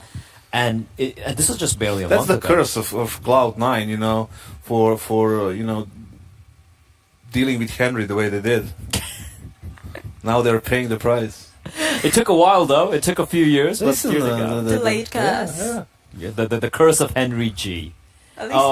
But like seriously though, it is wild. Like, because when this roster came into fruition, right, we were like, okay, look at this. Holy shit, they're just gonna crap on everyone else. They look amazing. They had electronic calling, which I wasn't a big fan of initially, and then they switched it up. It took a while switching to Hobbit, and I'm like, okay, they're finding a semblance of success. Maybe things might work out, but clearly there are fissures in the camp, and to have your talisman player, like the best player in the team, a top 3 player in the world last year, stepping down, not getting benched, but stepping down, that I think is a bad symptom for the team. Well, you know what? I'm going to give you guys a few minutes to think about your answer for my next question, and that is, if you had to predict the next roster, the next team to have a change in their camp that is going to be announced, who's it going to be and why? And I'm going to let everybody in the chat stew on that and think about that for a moment as well, because we will be back very shortly.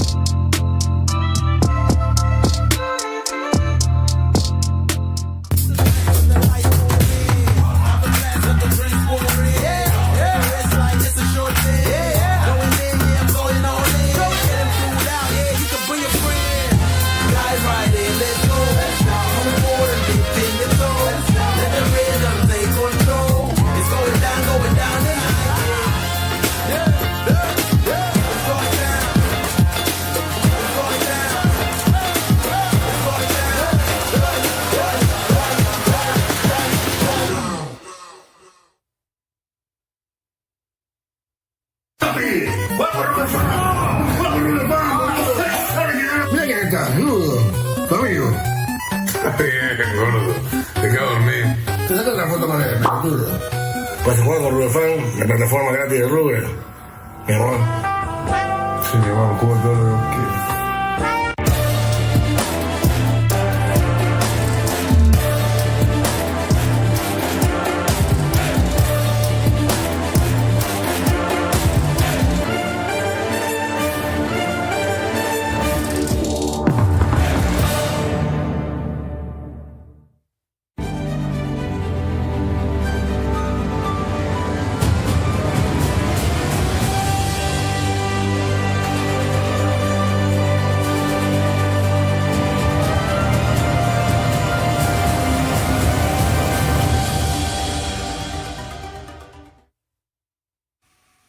Who bet, you bet, Roobet. Today has been a pretty dominant performance across the board, across the A stream and the B stream. Plenty of 2-0s.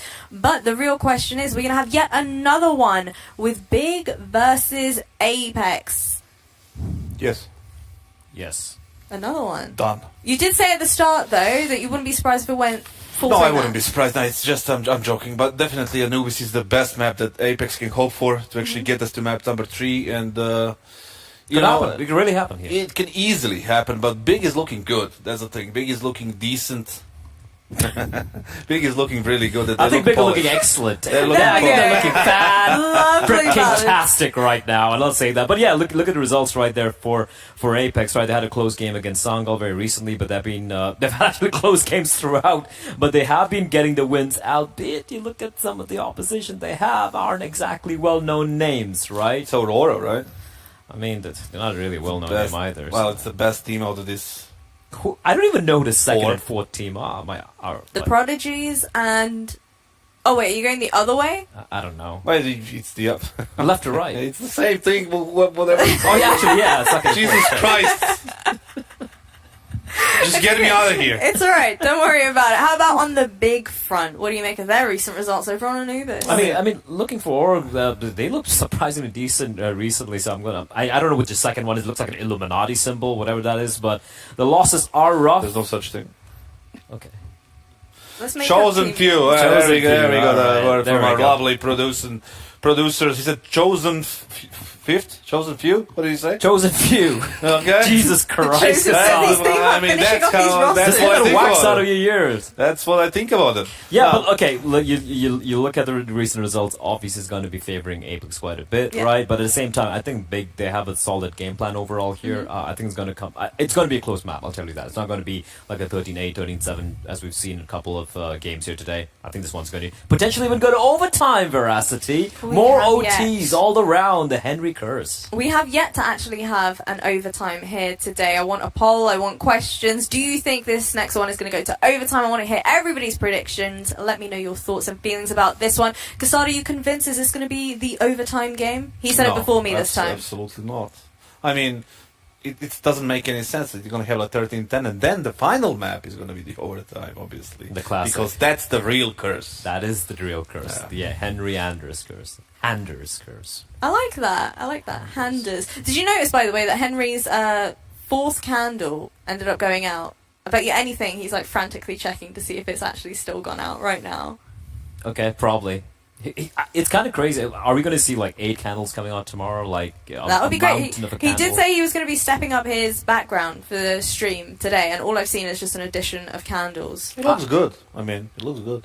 But yeah, it could be smelling better. Is the thing here? Are you saying that his room smells bad? I'm not saying that. Do you have a malfunction in listening? Because I said I think it's the old age. It's the old age, bro. Don't worry about it. Anyway, I for one am very happy with Anders' name. I'm sure Anders would be happy to call himself Mr. Hands or I don't know what I was going with that, but Anders probably gets what I'm trying to imply here. You almost got there. Don't worry about Anders it. gets it. Trust me. Anders, like, don't leave me hanging later on.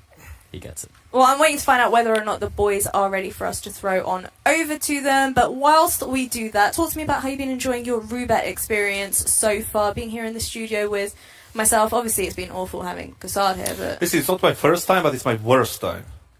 Understandable. Yeah, so, I mean, Yeah. take that any way you like it, but the thing is, like, I'm stuck with you here, so I have He does to make my best. He does miss the love of It his is my life. home city. Wait, how does it feel to have a love of life, Yanko, leaving you and going on a vacation? in a Listen, tropical island? the man deserves it. You know, the man deserves it. He had to put that up why with the you're lost depressed right shit now? in the last. Yeah, I had to 12 put up months. with you. Yeah, that And was... actually, the beacon of hope. Is like, no, the thing is, like, I hate the guy, so There we go. hope he drowns somewhere. Well, On that note, Handers, it's over to you. All still mates, I'm sure, Anders. Just wishing your friend to drown, that's just a normal thing. It's just a joke, I suppose. that's just what we say to our friends, you know? It is like I kind of get it, you know. There's always been a bit of a rivalry between those two. I miss Yanko as well. I think that's really what Kassad is saying. Like you read between the lines, that you kind of realize that is actually that's his real totally. intention, And just you to know? note as well, that no candles have gone out. They're kind of flickering. They're dying. They're diminishing. Okay, there's still there. 4. And yeah, they're right. Like I'm going to be stepping up my game tomorrow. Just wait till you see how many candles I have tomorrow, Anders. It's going to be unbelievable. The kind of game I'm going to bring in. You're promising a lot. Like there's people are keeping an eye at home. They're gonna hold you to it, Henry. I hope them to. I hope they do, because I should things people say should be followed through. Just to note as well that the drama machine continues to whirl, Anders. It's in 5th gear right now. Shiro has stepped down from Cloud9. Like it's done. It's over. He's out. Simple's out of Na'Vi. Remarkable. Everyone's just stepping down from their teams. Presumably there's some sort of mega deal going on in the background. Who knows who's going to be picking them up. But yeah, that Cloud9 project, that was kind of touted to be the world's best team on paper. I'm not even sure they won a single game. Like, it was an absolute disaster. But there we go. I can't really believe it. Yeah, I feel like it's hard. You look at the lineup on paper, you think this is surely amazing, but then they just didn't really. I don't see any like laugh threads for their manager or their GM. Nothing like that. No one's saying like he deserves to die. Like when I was in control. That's Tell me funny, how you isn't really it? feel, Henry. That's interesting. Just an interesting note there. But there it is. It is going to be Shiro stepping down after not a very good year for the Cloud9 team. But all jokes, of course, as we're getting ready for the second map between Apeks and Big. And the match is live, ladies and gentlemen. Welcome back to day 2 of Roobet. As we move on to Anubis here, and we are going to see Apeks on their map pick. It is Anubis, as we'll see them start on the CT side. That means Big opted for a T side start. They've got themselves 2 smokes, a Molotov, and a couple of flashes. Yes, Henry. Well done. Good intro. That puts me in the right frame of mind, like the right mood for this. I hope that Apeks is going to bring us a 3rd map. We have a reputation to live up to. We can't just be quitting the day early and letting Moses and Dinko do all the work over on the other stream. So yeah, hopefully they can build a little bit of action in here. We are on Anubis, and it will be built on the T side with Apeks on the CT side. And look at the bit of aggression coming out of the A bomb side. They're actually going to look for somebody. Well, they've got the smoke lined up for the left-hand side of the obelisk. It's a very meta smoke right now. There it is deployed. Flashes will be coming in as well, and the Molotov presumably for the temple position. But here we go. It's going to be an A attack coming in from Big, ready to try and take their players down on the other side. It's actually 3 CTs en route here. It's going to be Sassanito with the first. Nork will drop by virtue of the Molotov. Those Julies doing a lot of damage. Finally shut down here. Key frag for Crimbo. You might expect him to deliver, and he finds absolutely everything there. It's going to be Kickstand remaining, and they've actually hightailed it away. This is really clever. Very cool. No need to take the risk here. And they've confirmed the remaining player for Apeks is here on the B bomb side, Anders. So it's all done. And it's just a matter of time before the round is confirmed. Nice execution. Molotov as well. Like, there was no assistant damage there. I think with the flashbang Molotov combo, North just had no idea where he was. Yeah, that's huge. It can be very hard when you buy one Molotov and a pistol round to ever make it actually have an impact, because normally you don't have the kind of pressure to lock somebody in a corner. Like, they just run away from it and that's it. But this one worked so well. You're right. That was Tabson getting that early kill with the Molotov. And the dualies, they did a little bit, but you're right. Not quite enough. So Big off to a good start. They with a pistol on the second map. I'm seeing Sassanito picking up a Zeus. Still haven't seen the run boosted Zeus. After all these years, Henry, I'm still denied. Yeah, well, there's something going on. There's some sort of boost as we see the double doors Molotov go down. Speculative spam here from Tabson. He's aware of that potential boost on the other side. And this should be a bit of a gimme situation for Big. I'm afraid there's nothing really invested apart from the Zeus as they start to crack open the A bomb side, smokes towards heaven, and Molotovs at the bricks as well. Camera's open for now, but not really much you can do with just a USP. This round is already over. Before it began, to be honest with you, Tabson patrolling the flanks, and he's going to get a bit of information. They've already crossed over towards middle, so he'll know they'll come towards the steps momentarily. He's got 24 bullets still, so should be fine for a couple of kills here. Maybe the third will elude him as he desperately scrambles and does go down. Yeah, don't let him get the AK though. That feels like that's something that should be a priority maybe for Big. Oh, he's already running. Nork is just out of there. That's obviously fine they win the round, but it's a little bit of a giveaway. They're going to be quite happy with this AK, I have to imagine. Still waiting with the Zeus, hoping, crossing his fingers. There's nobody here, so we're not going to be rewarded. Did they change the Zeus kill sound? I haven't tested it. Presumably it's the same. I mean, Anders, I couldn't care less, I'll be honest with you, but I don't think so. That doesn't keep you up at night at all? No, I haven't thought about it once, but I assume it's the same. I'll be real with you. I don't think I've ever bought a Zeus in the entirety of CSGO. There's your problem, Henry. I've never purchased one, never even fired one. So you don't buy the Zeus. You've given up on social media. You don't have any no source of anger in your life. And I've never been happier. Yeah, but think about the rest of the problem is, Henry, you say that, but you're leaving us, the rest of us, on social media, right? Like now, you use social media like a journal, Anders. This is your dream journal. It is. You've got a very different approach to most people, honestly. You're just putting it out there. Putting yourself on the line, and so is Kickstand as well. That's an opening spray that will find the first kill towards Process, but Mantu will answer back quickly. That sort of flashbang towards A main. Grimbo is going to be ready to try and take control of this position. That sort of wall bang there to make sure there's no one boosted up on the table. It was Sense who was on the other side, but the 4-4 certainly favors the T side right now. They still have 3 smoke Sanders. That's a lot to work with. The CTs with just 1 and a couple of HEs. That is about it. So in terms of the advantage right now, it's Big all day long. They should be picking this round up, but time will tell whether they can convert it. Yeah, this is where traditionally, again, you have to assume that the leadership on Big is going to be able to really optimize this kind of round, slow it down, which they already are. A little bit of a maybe scary moment here, but looks like they might have caught it. That's a bit of surprise. Spray is good. There is the second player in the middle. I actually thought Jacob was going to be dead on the first go. Looked like he was looking the wrong way, but here comes the execute with the grenade we're talking about. Nice blowing up of the smoke, and Cesarito able to pick up the kill on Tabson. Great use of that new mechanic. Gets a spray from Sin, but he does get taken down by Sense, and now it's Mantu trying to put the bomb down right in front. That smoke's going to fade in the next 5 seconds, and I think he's going to be in a lot of trouble here. Good spray, but Nork at the side just crossfired in, barely winning the round as Apeks. Well, there we have it. First gun round going in favour of Apeks. It's Nork to close things out. Mantu did pretty well to get a plant and a second kill there as well. So can't be too mad with that one. Nice aggression with the CTs as well, being active on the map. This is their pick. You wouldn't expect anything less, but still, this is where Big can really be a nuisance. They pick up this next round, there's going to be a very difficult scenario to recover in terms of the finances. But Sense There it is. That's a very important kill. And Sin pushed through the smoke. He did manage to find one before he went down, enabling the plant at least. They've got a nice strong buy. Mantu on towards the AWP. But bear in mind, he doesn't have a helmet. And against the M4s, that's kind of a big deal, especially that MP9 as well. As you see, a bit of aggression. Jacob punished, though. That's... I don't know. I think that bit, unless you throw the flashbang over as well, I don't like that pick at the start of the round. No. Like, I play middle on Anubis. That's my experience. Every time you just dry peek it with a smoke down, you need to have the flash provided by a teammate because Mantu had full vision. Well, just like the other analysts, Henry, he should have been paying attention to your, some of your wisdom there. Maybe he would have been fine. He should have known Henry wouldn't do that. He should have thought about that before he took that peek. Yeah, you're right.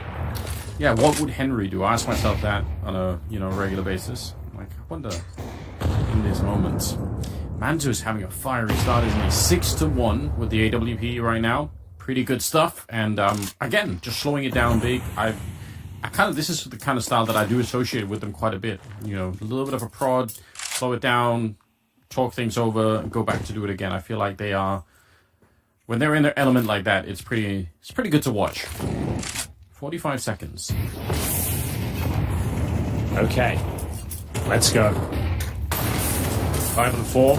Lovely incendiary deployed, and it's going to be Sense taking a boatload of damage.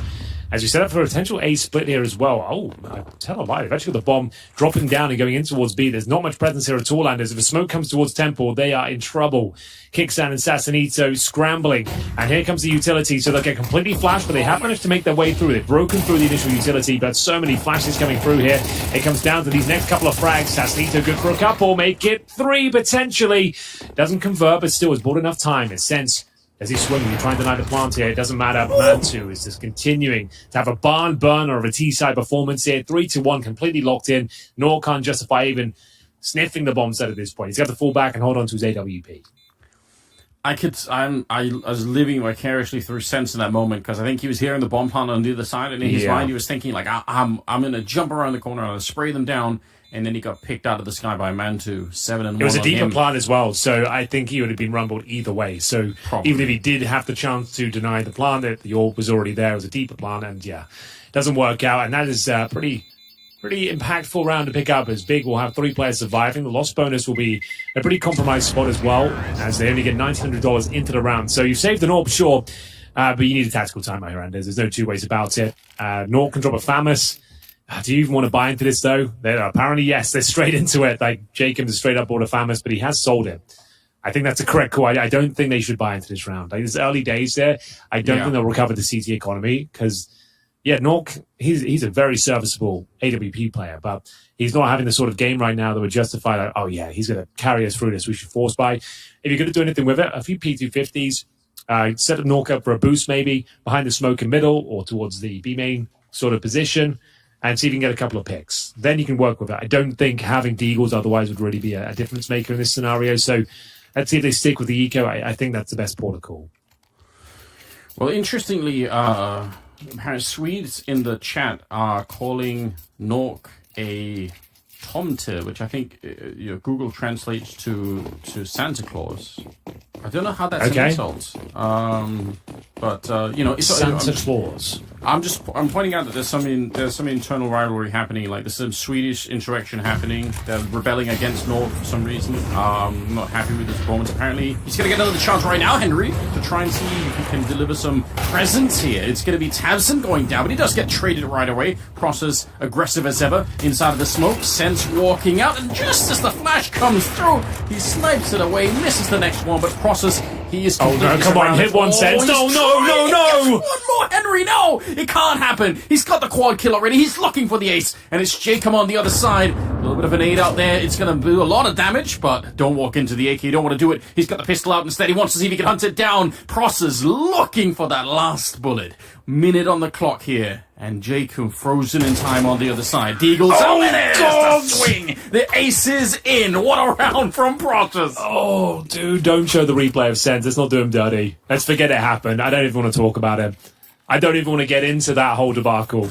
Oh, we're doing it, aren't we? We're definitely... Okay, thank God. We're not going to show the mid shots. Because, he had, like 4 opportunities? Not even difficult shots either. He had an amazing maneuver, sat in the smoke, comes through, finds the AWP of Mantu. and they've got like a 4 versus 1 against Process. And Yeah, he misses they did. 3 AWP shots in the back. How do you live that down? How do you get I'm past so that? glad we didn't show it. I don't think anyone needs to relive that moment. Let's just move on. It was an eco. It's fine. It was. And the start of it was amazing, right? He walked through It the was smoke. so good. It was a 4-on-1 unders.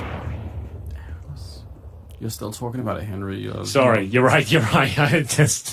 It's done something to me inside. All right. Round 6, let's just move on. It was the eco. They managed to bring it down to 1v1 in the eco. That's pretty good. Pretty good. And we'll see if round 6 is where Apeks can start to find some form. That is a bit of a gut punch situation for them, but they can recover this. They do not have the sniper in the hands of Nork. It's got the AUG, though. A remedy to the AWP dropping off. I think Simple said in his statement as well, he's looking to change Rolanders due to the AWP being nerfed. That's a pretty massive statement to make. Speaking of massive, we've got Big defending the push in towards the B main position. He's going to be taps and opening things up. They're getting into 5th gear now. They're looking very comfortable. Ordia Sassanito will be taken down. Neither player kind of reacting. I want to see Simple as just a full-time primary shotgun player now in the season. Well, maybe that's not bad, actually. He should reply to his tweet, say, if he considered being full-time shotgun. Just go for it. Oh! Kicks on Hero. Vertigo for Apeks. There's Nork on the other side. It's looking good at the moment. Getting another kill on Crimbo. So really picking it up now. Process. This is too much. Low on health. It's a nice attempt, but Nork will eventually hunt him down. Triple kill on Nork, so started to wake up a little bit now. And a second round for Apeks. Okay, so they didn't win the eco round, but they brought it down to a 1 versus 1. They win the follow-up round, Anders. And honestly, it's kind of fine because they've broken the money now big. It's only 4-2 early days here. Sure, there's been some disastrous rounds, but overall, the fact they recovered this one is pretty massive, to be honest with you. Sen's doing good work at the back here, kicks out with a lovely shot towards Mantu, and you can see they were caught out of position, caught the pants down, and a couple of times there, Crimbo didn't know that swing would be coming through. Process only had 5 HP, and I think they're eco, right? Well, no, apparently not. They're going to set up a full investment here, Anders. It's the Mantu AWP. They're going to be hoping can find some opening frags if possible, but slowing it right down for now, focusing their efforts towards middle. My God, well, I don't know if this could either be just an attempt to put more pressure on Apeks, but it could also be a bit of hubris, right? If you lose this round, you're really going to be saving at that point in time. But they are putting pressure on, hunting down Jacob. They should be getting the trade on him. Sense is also a little bit of trouble here. Not a lot of bullets in that M4A1 once you miss a couple of shots there. He's going to go down, and it's a 3 versus 4. So far, so good. The calculation working out, putting some pressure on Sassanito. Looked like he wanted to run through, but if he would have, I think Mantu would have been ready on the other side. Look at how deep in they are. They're really close to that middle position. A hallway, not really hearing anything. I don't know if that's going to be enough of an indication. And all the way back in T-spawn is Crimbo. He's just hanging around. Maybe they think there's some CT aggression, which we can tell in the minimap is not happening at the moment. Okay. 35 seconds. This is what we would call a swing round, ladies and gentlemen. Both teams fully invested. Finances on a knife's edge. Got 25 seconds here. Tapson, pressure on him as the in-game leader right now to work out what the next maneuver is. They're going to go for the B play.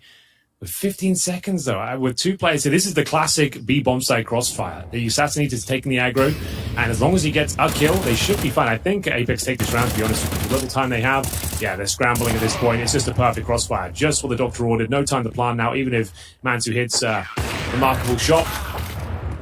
He goes down after time. Yeah, there it is. So even with the man advantage there, they just kind of... I don't know, they just kind of froze for a little bit. They kind of choked around, didn't know what they were going to do next, and what was ran straight into the crossfire. Well, I was just, complimenting Big on their ability to sort of, slow things down and play the clock and all the rest of it, but this one was too much. Not giving themselves maybe enough time to make rational decisions. That's a bit of a shame when you've fought really hard and you're obviously forced into the round to get into the 4-on-3, and then you just can't make it work at the end. So... good news for Apeks, though. They're going to have, finally, it seems like a chance here on Anubis to maybe catch a deep breath. This should be a little bit of an easier round. There is a deal in play on Crimbo, but other than that, it should be just a bit of a walk in the park, really. Jacob, not too intimidated, although he's playing alone. See if the Deagle finds him. It's going to be a different matter. I think from the Glock will put him down a little bit, but Tabson just doesn't have the stopping power. Crimbo showing up. It's different, but Jotham is not interested at all. Good cleanup. Nobody dies, and they tie the game. Certainly do. I feel like Apeks, they've had their moments here. Unfortunately, it's another bad start for them 4-1 down, but they're looking like the more well-rounded squad overall. Like, they seem like they're actually doing a pretty decent job on the CT side at 3 rounds in a row. When these kind of intense moments happen, they seem to have a good solution. Kind of highlighted there in the B bomb site, and there was no chance they could do anything with it. So, initial smokes being deployed. We are going to see Sense to smoking middle for the boys at the start as we get into it. Just smoking the T steps. It's pretty cool little smoke. I like that a lot. As we'll see a fast play with the Mac 10. Throwing caution to the wind here, Anders, and it's going to be a nice smoke to remove vision for Nork, but I don't think he can justify a swing here. I think the bomb goes down pretty quickly. Yeah, and I think, stepping around, being patient, getting the kill there on process, that's worth way more than trying to be a superhero and stop the bomb from going down. But this is interesting. It's a pretty quick bomb plant. Nice little flick there, Sasadito. Could have gone down in that moment. They do have a smoke on Sin, so maybe they could buy a tiny bit more time, but honestly, this retake's looking pretty good at the moment, especially now that Sen's almost with a double kill, and they're going to be hunting down Sin. Crimbo left, and don't think he could do much here. So, looked like there was a real chance for it, but they should be okay, even with the 10-second defuse. Yeah, wow. I think it's fine. Okay. And there we have it. It was a pretty compromised round there. The A rush. Nork, like I said, didn't have to over-challenge that one. He got the AWP. He got 1 kill before going into hiding and towards that heaven position. And that was enough. Like, sure, it was a close round, but it didn't look like they were going to lose it at any moment. As we see it go 5-4, round 10 coming through. Big. I don't know, really looking themselves the last few rounds here. Stifled in some of the advantages they've had and unable to make a clear decision. This is a nice retake from Jacob, though. Brute force, he makes his way through all the fire and flames. And it's going to be Apeks taking the lead on their map pick now. Moving into round 10. Tactical timeout for the Germans, and we've got themselves a decent buy mantle on the AWP. Starting to drop off the pace in the fragging department. Looks a little bit more desperate as the rounds go by. Yeah, I don't know what's going on here. It feels like they have some opportunities big where they could have made some better decisions. Even when the bomb was going down, I don't think Process needed to necessarily push as much forward as he did into Nork. I mean, they could have sort of almost kept the 5-on-5 alive for a while, and you saw at the end, even with the quick kills that came through, how close the timer was. So maybe some missed opportunities for big, but honestly, for Apeks, it's great news. 5-4, they're in the lead. They are starting to make this one work a little bit more. We'll see if Big can rediscover the magic here on their side. Grenade right down in front. Wow, Crimbo. I think he got grenaded from the other side as well. He's down to 28. What a great position to be in. Bomb is back at T-spawn. And Apeks don't feel very pressured to go too aggressive. Smoke's going to land right on top. If that was a little bit further back, maybe Tabson just goes for it, but tricky to do when you're in this position. He's just going to wait it out. Here's Jacob. Difficult spot to play towards middle. Just trying to block as much as he can, suggest his presence behind it.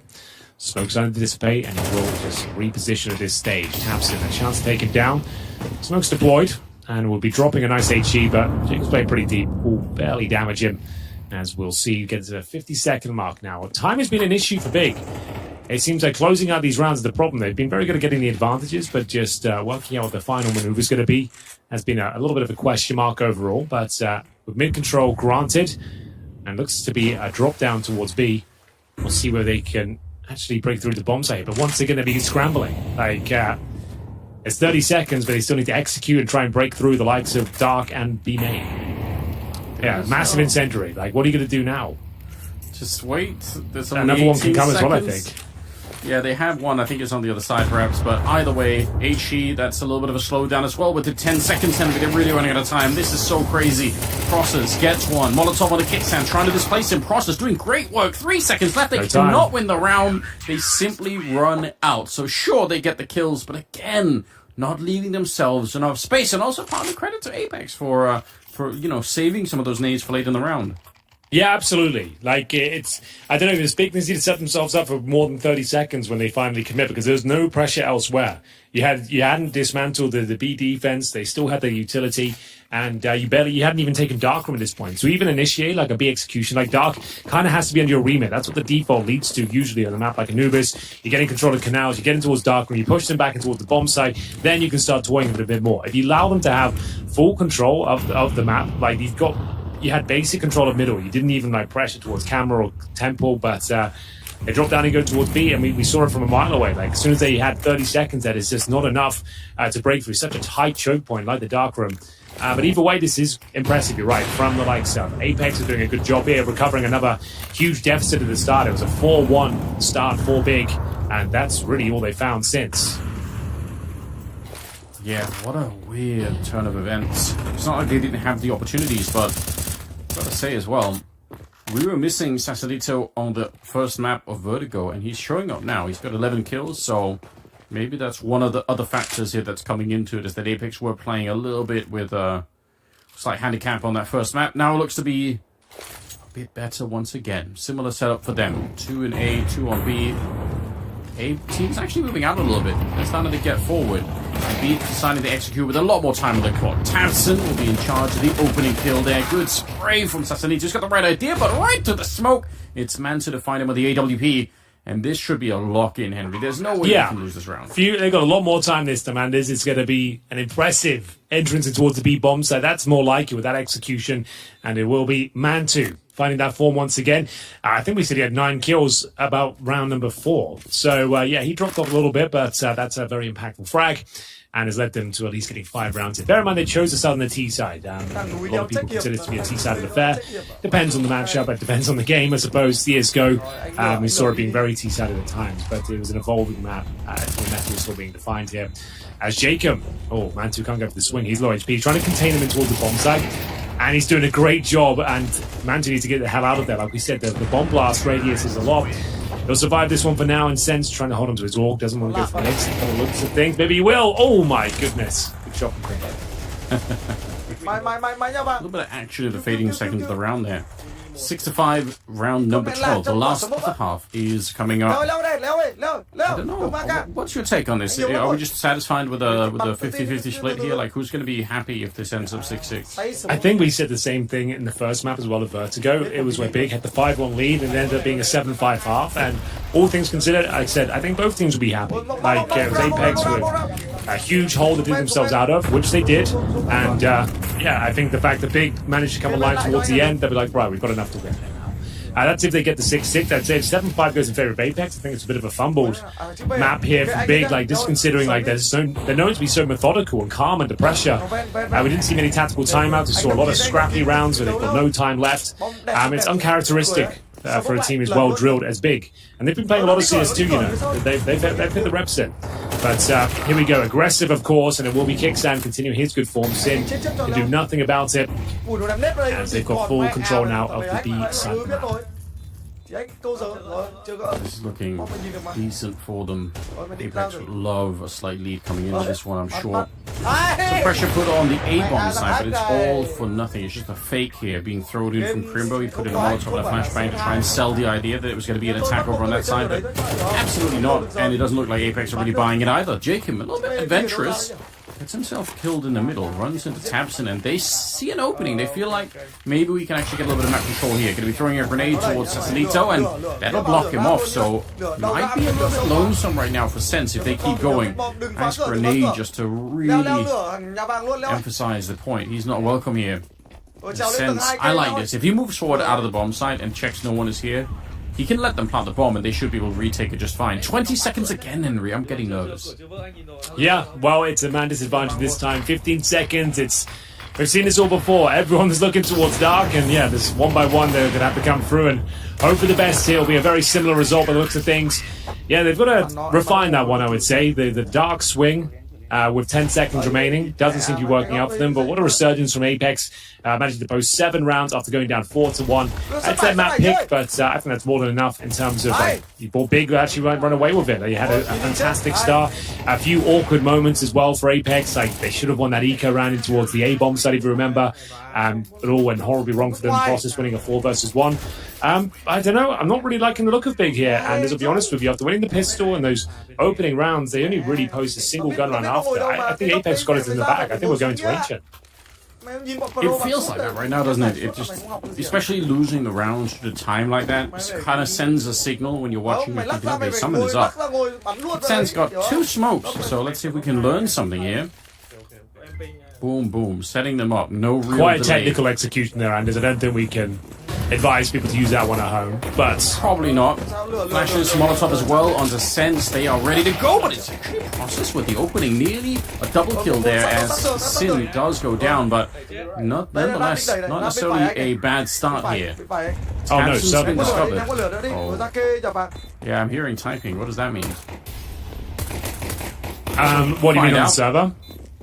Yeah, I guess Okay. maybe some. Maybe. Hopefully it'll be fine. I'm seeing everyone kind of moving, so hopefully everyone's still in the game. Sense looking for it. Good headshot on the process, and Crimbo and Mantu. I don't think they're going to be able to defuse this bomb anytime soon. It's going to be Apeks to pick up the round. Yeah, easy one as well. Didn't really seem like there was really under any sort of scrutiny at that point. Just a couple of kills found big, unable to shut down the, like I said, a technical execution there. Like 2 smokes left from spawn. I think they smoked towards the deep side of Dark and then towards Temple as well. Great flashes. Yeah, I think Big might be done here. It doesn't seem like this is in their wheelhouse. There's great reads from Apeks, got the executions, their map pick. And as I said, the individuals actually look very good on Vertigo, just unfortunate. And they suffered such a massive deficit at the start of the game. So, here we go then, smoking off towards the dark room at the start of the round. And we've got a bit of an A stack here. So 1 flashbang delivered by Crimbo. Sense will get flashed by it, and he can still retreat, but he might be in trouble here. Yeah, there's a lot of people coming at him. This is a much better angle for Sasanito. You could tell he's using that right-hand wall to limit his exposure. And Crimbo's going to go down. So, wow, this is actually spiraled so quickly. I'm really shocked, but Apeks are just running away with the game now. 9-5. It will be Ancient as the deciding map. So, not too bad. We'll take it. So, On Sasanito at the moment. yeah, well, he was supposed to be the talisman of this squad coming into this series. I didn't have the best showing on Vertigo. It was all about Kicksan and Sense, to be honest with you. But now he's actually having one of these starlight performances. As we get into the first, not even a gun round here. It's going to be Big with what, MP9s and also shotgun, Mantu with a Deagle armor. So they definitely could have bought into this round, Anders. This is one of those weird big rounds. Like, this is like God B in the lab right now. Like, they try and define their own economy. We saw it a lot in Pro League as well. We asked them about it. Like, they think they can win these sort of rounds, and maybe they can, and give themselves a good fighting chance of closing out gun rounds. But they've actually done a great job with these SMGs. The mad scientist, God B, pulling all the strings on the sidelines, has actually set his team up for success here. It couldn't have gone better for them. As you see, just Jacob, I say just, he can win these sort of rounds, but the auto shotgun eradicates him from the equation there. And that is about as good as it possibly can go. Win the round with the SMGs, the Deagle, and now you've got a ton of cash. That does sway the tides of battle. That completely turns things around for Big. Yeah, what a ridiculous range to use that auto shotgun, but it just works perfectly, you know. It's more evidence, Henry. I'm going to check my B stream, Anders. Would you like to know the score? Tell me, yes, what are we missing out on? So, we had the first map of Inferno. It's Fnatic versus NIP, a fractured NIP to say the very least. We've got like S-Tag playing, Maxter, whoever that is. But Fnatic won the first map. It was 13-9. They're on the second map right now, which is the pick of NIP. Bit of a home map for them in the form of Ancient. They're currently up 7-4 on the T side. Okay. So a chance of 3 maps, maybe. A chance, yes. I mean, this could happen on our series, but I feel like it's looking increasingly likely, although that last round does make you question, are we going to have something more? Honestly, that is a massive lifeline for them. And that is, but the fact that he's one of the SMGs, they had 3 players survive, upgrade to like AKs, and the AWP recovered as well. They were spiraling out of control. It was looking like they were done, honestly. Winning that round does change my overall opinion of this one. I didn't even know you could jump it there yourself. Sasanito. Okay, Sasanito, sorry. I've always struggled with his name. Sasanito. I didn't even know you could jump up there. It's pretty cool. Tapson, didn't know that could be possible either. Shut down. Oh, gosh. Oh my god. He's just running. Finally, somebody stops him, but it might just be too late anyway. There's nobody left at the A bomb site. And Sasanito's still in the middle, just hanging out, waiting for a rotation. Mantu is suspicious, you know. Calm waters in there, he's not seeing any movement, but still doesn't really want to go for it. I don't know if they even can do anything in this round. They have some money in the bank, but honestly, not enough to just carelessly throw away an AK and an AWD. So, wow. Kickstand just decided to win the round. That's cool. He absolutely messed them up there. Beautiful shots. You Very can't ask for more, assertive. can you? That's what you want. And surprising because Big had that nice opening advantage as well, playing those aggressive choke point positions as well, the double doors. Like most teams would just fall back and play the crossfires on the A bomb site. It's cool when they've got mid control, but giving him the fight, and he's more than happy to oblige. Kickstand will be taking 2 very impactful kills there. 2 player survivor leads for the CT side. Now, bear in mind, they did win that kind of partial buy / eco round, so they do have plenty of money. They'll still have another go at it here. Not all is lost, but Apeks and touching distance of taking us to Ancient. It's going to take 4 rounds in a row to tie things up for Big, so certainly a lot of work to do here, but plenty of time to do it. It all comes down to this one as well. Quite invested. They've gone for a double orb setup as well. So they'll send one of them towards A and have a turret light setup, ideally in towards A main and get a lot of information, and then Mantu doing his thing, being a little bit more mobile. Yeah, I don't really mind it. It feels like you got to dig pretty deep here to try and find a solution. So double up. Just to know, Anders, on the B, I didn't mention this. I should say, Maxter's 18-6. They just won the first half 8-4. So whoever he is, he's doing some great work out there. I think from the academy team, if I'm not wrong. So Sounds about right. yeah, that's kind of a thing nowadays. So Crimbo, forward position, sees the shadows and doesn't get tempted. I mean, there's a lot of elbow showing there. If he fires the gun early, he's definitely going to get run down, but expertly played. And now they're going to probably know, they're going to definitely know there's a double, right? Because that's Crimbo on the one side. They know Mantu saved the other one of the previous round, so they're not going to be too surprised any longer. There's a third scope on Tabson with the orb. He's showing up. A little bit of a wild spray, but not connecting with anything on that T side. 50 seconds left, and the 4-on-5 continues. The bomb is in the middle. If they lose Sassanito on this side, they lose so much pressure onto the site from this angle. They really need him to stay alive, but he's in smoked off now. This is going to cut a lot of time off the clock. And there's not much of it. 35 seconds, a good flash, but Crim is dead for sure. Not a great position on his behalf, but team kill coming through. What just happened? It's a 3-on-2, 25 seconds, and it's Big, who are now in a lot of trouble right now. It's down to process. He needs at least a kill. And his teammate to rotate in. I don't think he gets his second one at all, and we might be backing things up here in Anubis. Big can't hold on to these advantages they find, and it will be Tabson into the 2 versus 1. This was like the lifeline. They had the extra cash. Tabson opening frag, has got the defuse kit. But what can he do? The smoke is everything. If he can smoke up even the bomb with a choke point here, maybe there's a chance, but he's outpositioned, outmaneuvered, and Sassanito will be confirming the 11th round. And the money's not as bad as I thought it would be, but 2 players on $2,700. Tabson a little bit above that. Be more of the same, I suppose. Get those MP9s out and give it another go. Some of these rounds are really perplexing, aren't they, in the sense that they just set it up so nicely, Big. They have every opportunity and they're not able to close it out. So kind of not what I'm used to seeing for a team like Big, but maybe there's just a map that's putting them off their game a little bit. Either way, they are really close to losing this map. 11-6, first to 13 is what we're looking for. Timeout being called from Big to discuss the current state of the game. Assassinito showing up with 17-11. I don't know how he won that last spray battle against the Tabs and I. That looked like he should have been dead, but wasn't meant to be. They can't cement any of these rounds. Second half has been almost all Apeks. Tabson's fighting back on the other side. He's got 15, so there's something there, but it's just the fact that they're losing the advantages that's really disturbing. They're quite solid advantages as well. They just to set up the crossfires that we saw from Apeks when they find those advantages instead of playing those deeper choke points. They'd be in a great spot. But either way, we'll see if they can keep their head above water here. Mantu fighting for his life. He's got the glass cannon AWP. Takes down Jacob to open things up here. Now doesn't want to go any further. Nork is waiting for him on the other side. I think he's going to overstep the mark. He's just going to hold his nerve, process. Same story. Does take down Sense. That was towards the dark room. 1 minute 20 remaining right now. Nork seems to be very aware of the potential threat of Mantu pushing in towards B main, but How long can he wait for? His teammates are setting up in towards A. He's got to peel off eventually. Yeah, such a patience battle over there, but nobody really giving up on it. Finally, it's going to be Nork walking away. Mantu's spinner, he's still just scoped up there, just waiting for it.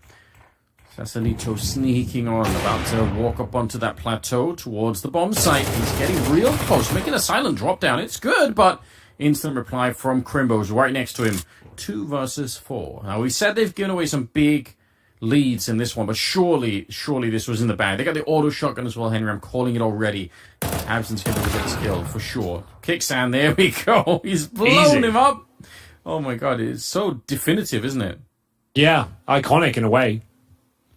You're just putting an end to it. Like there's no more discussion. Some sort of long, drawn-out fight. It's just boom, delete it. 11-7. Okay, another lifeline, a life raft potentially for Big, because these kind of partial / force buys they've been bringing out. They've been their most successful round. That's the only 2 rounds they've won, Anders, is with the MP9s and an auto shotgun. So they've got 2 rounds on the board on the CT side. They've both been very compromised rounds. They've had to dig so deep. And maybe just loosen up in general. Like, when they're playing these looser rounds, they seem like they're pound for pound probably a higher skilled team, and they've got the good crossfires here. Like, the best crossfires we've seen from this team is when they've got the MP9s. Like, let's maybe use the SMGs in general there. If we're going to just play 1-by-1 with the rifles, maybe we'll just relax and play a little bit looser. I don't know, but that was much better. Mantu. Oh, dear. Okay. Yeah, as soon as I get the rifles out, Anders, just give it up. Overextend, overpeak, and trying to salvage the AK here. That is not how it's supposed to be, obviously. A little bit silly, perhaps. Don't want to be seeing them play worse with the better weapons. That's, but I guess that can happen. There's nobody at the A-bomb You hear the side. deagles being fired. Like, the worst thing you can do is just peek them and go for the heads-up duel. Deagle in CS2 is ridiculous. Like, it's super powerful. It's like Source Deagle. Like, I think he's just leaping on the opportunity to get some frags, honestly. Like, he wasn't trying to win the round. Like, you don't need to kill someone across the map.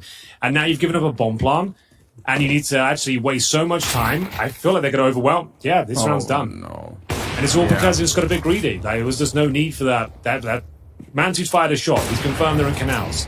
What were we hoping to happen there? We'll see if they can do anything about it. The bombs are sticking at too much pace. Oh, they're fighting, Anders. Oh, Nork, nice headshot. That should confirm it. I don't think they can get here in time. They're struggling to get in, running in. Sin trying to buy a little bit more time as Nork, he will go down. Oh my god. He jumps right on top. He leaps right in there, and he might just have another second. That is so close. They don't deserve it, but we'll give it to them anyway. It was nice shot to the Deagle. Don't get me wrong, like beautiful. What's the objective there? Like, yeah, maybe you get a kill, but maybe you get 1D. There's no one to trade it out. Your AWP has already confirmed they're there. Like, it's just a really weird decision. But the fact that he can win the round, I'm gobsmacked. There's been a lot of that in this tournament so far. Rounds that they're completely done deals, but with less than half a second to spare, he gets a defuse. Mantu on 8 HP saves the day, and Big, another timeout. I bet Gobby's furious right now. Like, what is going on here? Yeah, he's got to be right. This is a concerning kind of state of the game, because you want to see Big be able to be a little bit more rational in some of these moments, and they are really giving up some rounds that they shouldn't be, and it's making the game a lot more difficult, right? Their money is all the time in a weird position. There's no ever relaxing. You're never in a position where, okay, we got the first 2 kills of the round, it's a 5 vs 3, all right, that's good. Now everyone, play the protocols, chill out. That never happens. They're just all the time on edge, surely because every time they actually get into one of those advantageous positions, they still get blown up for some reason. Well, bear in mind on the T side as well, they were like losing to the clock more often than not. So right, yeah, yes. They need to be very careful here. Like, they can still bring this one back, don't get me wrong, but really have been struggling against these pistols. It's another great flashbang sequence. No one else is here, and once again on the back foot. It's just pistols, Kevlar here, and the bomb's gone down. Another very, very tricky scenario. And again, it's so lightning fast. When you get the bomb plant that quickly, even if they have the fuse kits, they still have to set up the defense. They still have to try and go for the retake. Now, Nork is in an ability to maybe drop down. He does spot out Tamsin, and will end up going down to him. I think they're saving. They've had to give it up. Just one Tech-9 kill, and you're out of the round. It's so disappointing. What's going on? I don't know. They certainly weren't ready for that, though. I think they were having more of a focus towards middle, and we had one player behind the pillar, not a great spot to play defensively, and he was just caught off guard with the flashbangs. Overword, you see he has him to patrol towards dark and main entrance. It suggests you've chosen the wrong position there. You're either playing retake on B, or you're having presence there. It seems like they're kind of in between the two ideas. And it's going to be map point for Apeks. Ancient almost certainly locked in here. It's been a weird game here on Anubis. Congrats to Apeks. Like I said, I thought they looked deadly in terms of the individuals on Vertigo, and it seemed like towards the end of that first half, they were the better team, and it's maybe being reflected here. It's early stages of CS2, just uncharacteristic performance from Big, I would say, so far. Now it's going to take 4 rounds in a row. Not impossible, but don't get me wrong, could go to overtime still, but they seem a little bit scrambled right now, the German side. They do. Tabson putting on a real performance. Mantu's there as well, but that isn't really the issue. It's just the lack of cohesion in the squad that's bringing them down. Auto shotgun picked up on process, so that's something that we're going to be happy with. Do love to see it. Find the kill. There we go. Quick little double pump, and Sasamito gets blown up. Nice shot from Mantu. Here we go, Henry. This is it. They're not throwing. Well, the only rounds they win, Anders, is with SMGs and shotguns. So it goes back to the comment we made earlier. Maybe we should just focus on this. It's like that's when they loosen up, and this looked like they're actually holding the angles. It's wild to say, but they look a lot more kind of well structured when they have the SMGs. Yeah, stop fighting it. Just lean into it. Embrace the fact exactly. This is not what it is. Well, this round should be there. It's like, this is nice now. They're holding the choke points. They've got the crossfires established. Look at that B bomb site. No one's breaking through that. That's all they really had to do. But for now, 40 seconds, Nork just using this opportunity to join up with his teammates over towards A. Not really much they can do with this one now. 5 versus 3, 30 seconds remaining, waiting for any sort of CT aggression to come through.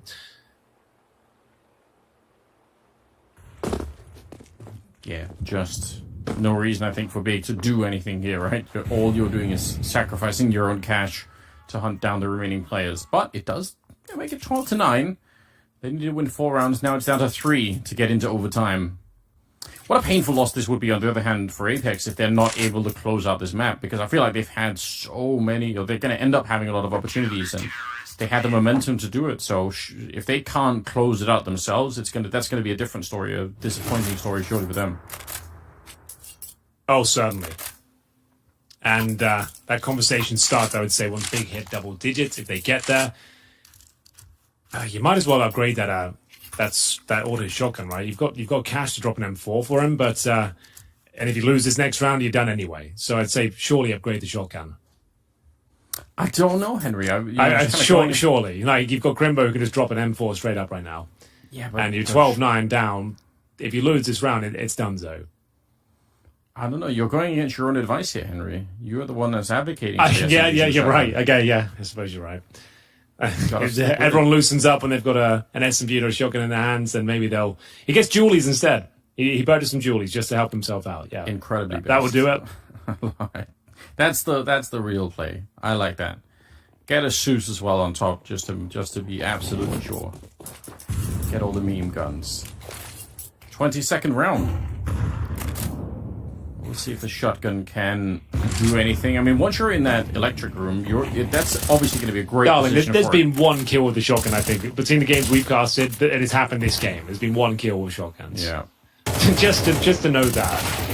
All jokes aside, it doesn't seem to work out, and this round is where it could all come crashing down and confirm Ancient. They've had some pacing behind them, Apeks. Like, when they get an opening kill, they jump on the opportunity, pouncing this time in towards the A bomb site. Mantu, he's got a lot to do with. He's going down for sure, and that should be it, unless Crimbo does something unthinkable here. Process retaking the bomb site with shotgun. Map points, you'll love to see it. But Crimbo does at least slow them down. Yeah, delays the bomb, in fact. So that's a bit interesting. 2 versus 3 still seems unlikely. They've lost the shotgun, tragically. Sin's going to get a kill. There's Crimbo, and now to 1 versus 1. Jacob coming in, and he gets tagged heavily. One more bullet, and he might be done for. Tries to throw a grenade, but he's going to go down unbelievably big. In one of the few rounds where they really should not be winning it, they managed to swing back. Okay, we said double digits, Anders. It comes down to 1 versus 1. And now, what do you do? It's partial buy territory for Apeks for sure. But then you're 12-11.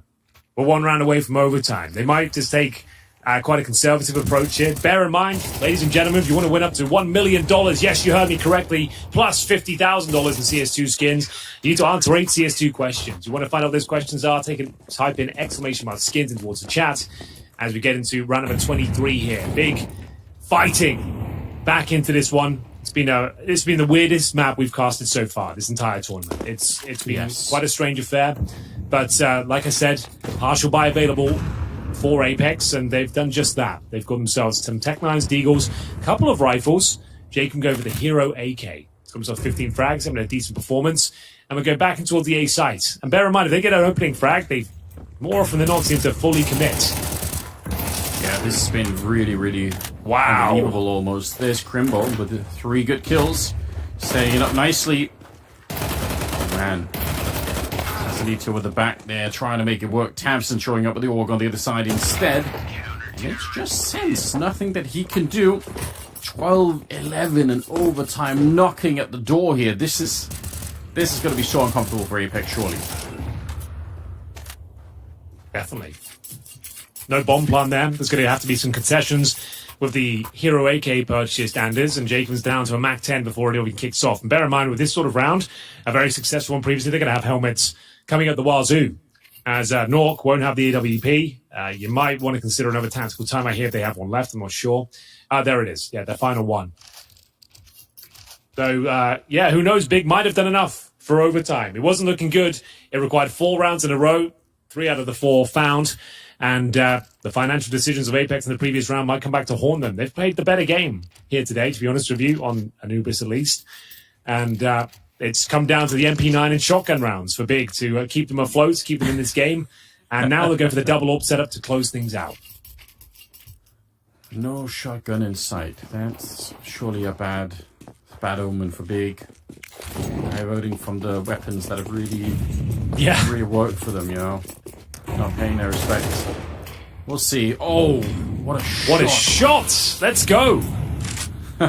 Shotgun could have done that. I won't lie, Henry. Yeah. Do you know what I mean?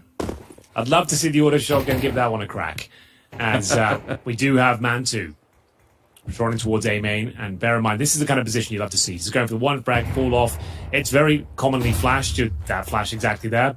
And he'll just fall off. They can actually take full control, Anders. They're committing for this. Oh, yeah, they don't want to slow it down. Man, so be careful, my friend. Yeah, Molotov comes out. There is the AUG back there, but Tabson gets run down. Man 2 only good for the 1. It's right back into a 3-on-3. Good pounds, good speed behind that one for Apeks. They need this round. They do not want to play overtime. I guarantee it. Good spray, but Sin, how does he find it? I think he was crouching backwards, and he hits the straight headshot to take down Sassonito. It kicks out and Jacob. The bomb is planted, and 2 of them are coming in from that back line, hoping to see if they could find it. They're going to be crossfire. This could actually be a little bit scary. Jacob pushing forward. Got to be careful. Oh, they're getting run down. Overtime secured. Big. How have they done it?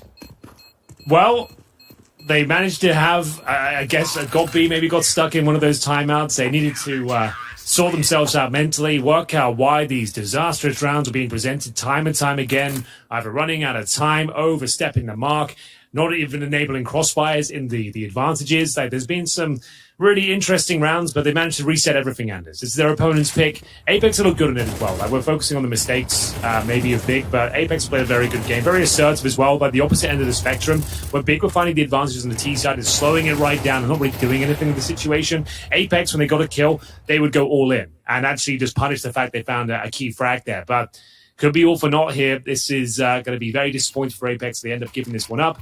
But Big, a chance for them to just kind of consider what's gone wrong for them here. Like, where did we drop the ball? Let's just maybe go back to a more traditional game. And just to note as well, NIP just found map point against Fnatic. So that's looking likely for a 3rd map as well. Okay. I say that, though, as, well, Fnatic have just pulled around back. So looks like they might take us to overtime on the 2nd stream as well. I'm actually so shocked. We'll see if Big can live up, if they've just delayed the inevitable. Auto shotgun on process. He's hunting for it. He's stop buying that gun, bro. Oh, I don't know, Henry. It does make me excited every time, you know. Like, he's got 1 kill with it. Like, how many kills do you think he's got with the rifles? Like, over 10. It's not and just it's about like what? It's about the quality of the kills, Henry. You know, it's like, is it? Yeah, we got to think about that too. It's overtime. You pulled the auto shotgun. Like, you kidding me? You're just looking at quantity all the Like, time. I feel sick. Oh my god, so am I. No, you nearly had the timing. Then no one's looking. Why is no one looking, main? That absolutely makes no sense. Why would they just give up on that? Just assumed it's clear because they are holding it 5 seconds ago. But yeah, this is a wild and wacky affair here on Anubis. Definitely some questionable moments, but it's Apeks right back into the round after all those. Oh my goodness, what is that smoke? tabseN, bit of a nightmare here. At least they provided one in return, so that's something. They're going to go for the backstab on the B bomb site here. 40 seconds remaining, and tabseN is aware of it, but the timing might elude him. Big kill, and it will be Kickstone who's going to be given the task of getting the trade. tabseN doesn't want to fall back, and 30 seconds remaining. Mantu in a strong power position here in towards the dark room. He's just going to have to hope that no one's coming behind him, and that would be the case. Spots the first, takes him down, and they might have recovered this round here. Kickstone, though, has been deadly throughout this series, and it's the double AWP retake in the 2 versus 1. Oh, he's walking right in. Barely has the gun out. He was trying to get that AK out, but he didn't have a crimpo. Didn't even need the AWP. Yeah, I like that. Get a little bit of BM in there. Dancing on the grave of Kickstone as they pick up the first round in overtime.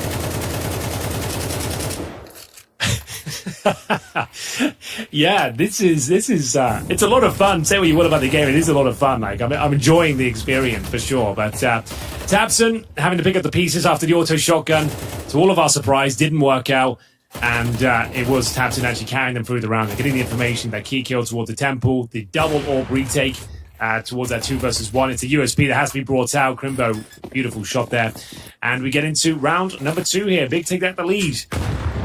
It's going to be Nork on the AWP. A devastating grenade, though, lands at his front door. Flashbang's being deployed, and it's going to be another nice sequence here from tabseN. Maybe gets away with it as well, Anders. How he lives to tell the tale there, I will never know. He took Nork down to 58 with the initial HE as well, and this is looking much better for Big. More assertive play, working together, and nailing their shots. It's tabseN up to 23 kills, as you see the incendiary deployed, and now a 5 versus 2 ensues. I cannot believe it. For sure, I thought tabseN was going to get traded by Nork on the other side. He was so out in the open, but 23 kills on tabseN. He's massively stepped it up for his team. And Big looking to win this round. 2 versus 5 shouldn't be possible for Apeks to have much of a say in this one. Sassanito just getting a little glimpse. Nice run, just straight into tabseN. He's going to be able to knock him out. 50 seconds still. For now, what is it? 2 on 4. A lot of grenades going down, and an attempted bomb plant will be successful. So far, so good. And actually, a little bit surprisingly, you see Mantu is really, He's still far a B away. main. He was still checking T-spawn now. Yeah, they see he it's just was. gone down. They spotted the bomb. Like, this is wild. But surely they're winning, Anders. And there's a 5 on 2. They like to just, like, make things super interesting, I suppose. It's like, be as far away from the bomb as possible and have to go for these last-minute defuses. There's a chance they lose this, but Nork won't be able to get more than 1 here. I say that, oh my god. They've given him an opening, and there's a chance the bomb has gone at some pace. It's a 5 on 2. Sassanito has got all the rounds to play with. I think he might have done enough. Oh, is he? The defuse going? No, I just think you're right. I think they might have. That's a 5 versus. Oh my god! He had What? no way! Absolutely This no game, way. I'm done with this map. I'm calling shenanigans. There's What is no- going on? It's a 5 on 2, and they're like hunting for information elsewhere on the map. You just saw 2 at main entrance, but they win the round. I guess it's absolutely fine. That must have been milliseconds. That has to be one of the closest defuses I've seen in a really long time. There's no And again, way. that's why you got a 5 on 2. Why is there 1 player in the A bomb site? Why have you given him that time? Why are you exploring T spawn? Just play the bomb sites, play the crossfires, please. Like, stop doing this to yourself. Just play the round. You don't need information. You just need to have manpower in the correct position. But they're up 2-0. We'll move into the final round of this first half of overtime. Like, I'm aging casting this one. I'm not enjoying myself now. It's actually making me stressed out. But funny. they win the round, I guess. They, somehow, some way, they somehow get that defuse in once again. 2-0. As Big can't believe it. Thank you, Yeah. the lucky star, to get that one over the line. Just a lot of questions in this one that are hard to answer. Like, I don't know if anyone's going to be able to. I look forward to the breakdown from the analyst desk to talk us through it, because this has just been such a wild game. Kickstone goes down. Tamsin are hunting. He's relentless with the orb. He'll get another double kill, make it 25 for himself as they look to claim all of the rounds in the opening half of overtime here. Jacob on his own, getting hunted 15-12, Henry. They've wrecked Apeks now. Surely they can find one more round. You'd think so at this stage. What a map it's been, Anders. I guess this is what we deserve. This is like the frantic, high-octane Counter-Strike, as Blair would say. And yeah, it's definitely entertaining, but it certainly is stressful as well. I have no idea how they find the 3-0 there, considering some of the absolute calamity we've seen on the server. But they've got the job done. They now just need one round on their T side. They opted to start. It wasn't their map pick, but they might have done enough here, just about. And I'm just going to check in with the B stream as well. I know you like to get those updates. NIP have done it as well. They will be going to a third map on Overpass. So this one looking likely to finish. So make sure you go join Jason and Dinko after this map concludes and see who will be taking the Swedish derby, and as we're calling it, Fnatic versus NIP, where 3 Swedes are on the server in total. That's how it is. CS2, you know, is a brand new world that we're living in. So I'll have to get used to it. All right, big. I don't even know how. I've kind of lost track of what's been going on, but we're in overtime. Second half, it's Mantu through the smoke to destroy Sasanito. He's trying to get through there, but there's nothing you do. So 4 versus 5 to start off with. If they lose this round, they lose the series 2-0. And Big can walk away. Probably they surely must have some questions themselves about just what's been going on. Yeah, I think there's at least some good data here to take away. There's been problems across the board on the T side, the CT side as well. Just some just things that are very easy to patch up. Just those kind of mid-round calls, how you're approaching situations when you have advantages, how not to run the clock down to absolute zero before you plant it. Nice work from Jacob, though. Busts open the smoke and actually brings back the round in their favor. 4 versus 3. They haven't won this one just yet. Bear in mind, Big like to operate at a snail's pace on the T side of Anubis. Yeah, something that backfired on them more than once in regulation. So might not want to go exactly down that route again. Down a man. 40 seconds. Maybe a chance if you sneak through here, Crimbo. You could find the kill. I think he's still got his back turned. Sense he's just turned around for it. And that's, oh my god. One more second and he would have been shot at the back, and maybe that would have been the opening. Now, I'm not so sure. They're putting some pressure on Sense. If he backs up, he's going to get shot in the back. And there we go. Mantu able to pick up that one. Process still moving forward. That's the right move, but nice spin from Nork. He gets the kill. And that should be the round to follow. Just 10 seconds here. Even if Mantu wins the fight, it's not going to make any real difference. So, well done. Hunting for it. Wait a minute. Tech9? He can't surely get the bomb plant. I don't think he's going to have it. No, he lands right in the zone. It's so close, Henry. He almost had it. My God. Well, they want to keep the traditions alive. Keep running that clock down. See if you can beat it at the last possible second. There's narrowly missing out there. But that's big with the opening frag.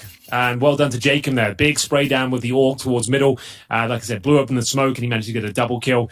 Frustrating finish there, as Process probably should have got that kill in towards the connector. He had all the information, just couldn't quite find the footing to get a good shot on him. That would have been it. But now 2 rounds in a row required from Apeks for double overtime. It's that map pick. You haven't seen the best T-sides from Big. It's every opportunity to actually do that. And there it is. Mantu this time taken down. He got that opening frag before, but Sasanito flashing him at the start and actually finds a very important frag here. All right, battle continues. Whoa! Process What? Okay, that will do. That will do nicely. Where was that Process in the previous round? Holy! God, that looked so crisp. Surely he must himself have been thinking afterwards, like, what just happened? Did I just do that? It's got to be one of those moments where you're surprising yourself. Now, they are walking right into a double stack here in the middle, although the smoke is up. Jacob flashed as well. Going to get traded. This is actually a team kill on top of it. Chaos all around. And Nork, I don't think they know. Now they're going to know. A little bit of a shot. Nork trying. He's going to That's big intel, though. Now they know it's an AWP. They can actually, smother this AWPer. Even if he gets one, you can get the A bomb site under your remake here. Nork knows it as well. Good repositions, to be fair, but again, not pouncing on the opportunities. Allowing it to reposition should be fine. Nice work from Sin. I think we might be done here, ladies and gentlemen. Get us the hell out of Anubis. Yes, please. We want off this crazy ride. And you're right, they did choose to do exactly. They smothered him. They were putting on all sides. Even if he gets one of those shots, he's surely going to get overwhelmed afterwards. So that's super well played. Sense on his own. Surely no way out. Mantu at 27 kills at the end of this, and there we go, Crimbo to find it. My God, Henry, what just happened? Look at that shot. Yeah, that was the shot of the game. Just when they needed it most. I'm not sure what to think about that performance, but all the headline will read is they got the 2-0. They'll get some good information from it. And like I said, like, sure, it was like stressful at times to spectate that game, but they got enough done, and the things and the problems we saw, very easy to fix. So it's just those mid-round calls, crossfires when you have advantages, and not running the clock down to 0. That's all my feedback would be. But still, Apeks is going to be gutted with that one. Another difficult start. If they didn't receive like another 5-1 deficit to kick things off, I think they might have had a fighting chance. I think they'd look like the better team overall, especially on the CT side. But there we have it. I feel like the firepower for Big was a little bit too much in the end, and their process with the godlike shot towards Dark, just when they needed it most. Yeah, he delivered the goods. No shotguns there. Stop buying shotguns in overtime. Can we stop that? Can we just make sure that's a rule for every team going forward? It's the first round of overtime. Let's not get a shotgun. That's just not allowed. Let's just get rid of that right now. Yeah, I don't even know what I just witnessed. I think I need like a cold shower or something to just reset my brain. I'm sweating. Yeah, my God. Well, the desk is right. I hope they can make sense of what we just saw. I really hope so. Well, I hope you boys thoroughly enjoy your cold shower. But Blair, I'm going to come on over to you. What did you make of Big's performance? No, yeah, there we go. I need a stiff drink or two after that.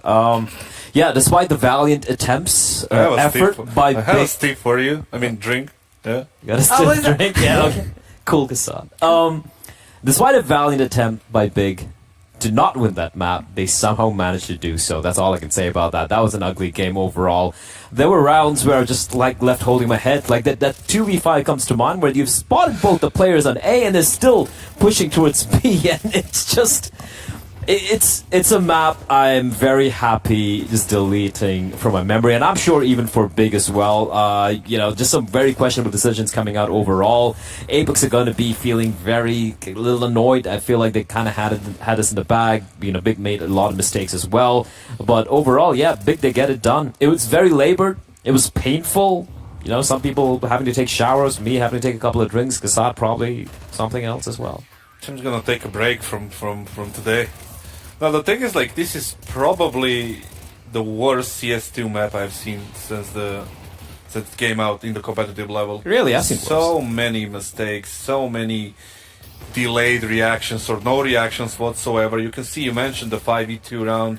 It's completely unnecessary. It goes down to the communication, but it's not only that round, it's many more towards the end, and I think we got the lesser evil on this one, winning the game. It was just terrible.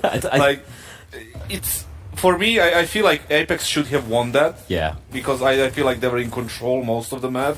But ever since they got in super close to winning, they stopped playing Counter-Strike completely. They were just allowing Big to do whatever they want. Just hoping that they're gonna beat themselves instead of going for the win, which is always a mistake. You wanna go and try to get that win, but lucky for all of us, we don't get to see third map. That wasn't to say, though, that Big weren't making their very own mistakes as well. I feel like there were definitely mistakes on both fronts heading into this matchup. But speaking more about the individual performances of some of these players, I know you mentioned, Blair, that Sasanito was one that you were looking out for in the previous map. He certainly stepped up to the performance this time round. Yeah, I feel like... Come on. I feel like everyone did kind of step up to the plate, so to speak, individually speaking. For me, it's not the individuals necessarily. It's just, like Kassad pointed out, the comps. Like that round in particular, it came down to 13 HP. They were already saving. In a 1v1. And yeah, they were already saving, and then they somehow allowed the retake to take place as well. It's like so many rounds where you're just left holding your head in your hand, in your hands, wondering, what are you guys doing? It's not about the individuals, missing shots, although we did have that one round earlier with the AWP. I forgot, I think it was Sin or whoever.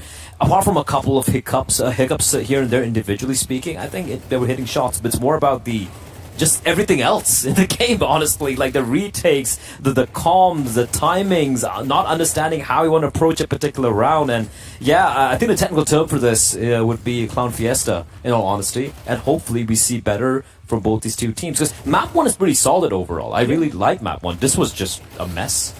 Mess it is. Well, Big having previously won the 2022 Roobet Cup, do you think, taking a look at their performance so far, comparing it to the other teams that we've seen within this tournament, do you think they are on track? Do you think they stand a chance at walking away with the 2023 title? I think at this point anybody stands a chance. agree. You know, it's just there is no clear favorites or the clear underdogs in this.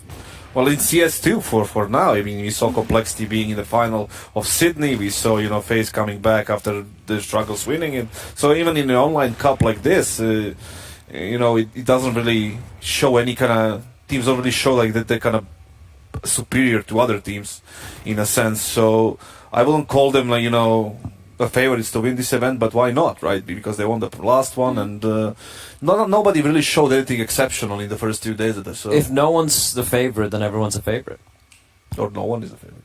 or everyone's a Or favorite. everyone's just decent, as It's Kassad like would it's say. like Schrodinger's cat. Oh my god.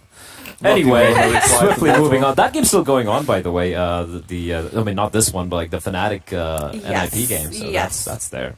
Yeah, so Fnatic NIP, to give a bit more context, that is indeed on our B stream. First map was Inferno, Fnatic's pick, and they managed to close that one out. Second was Ancient, NIP winning that one.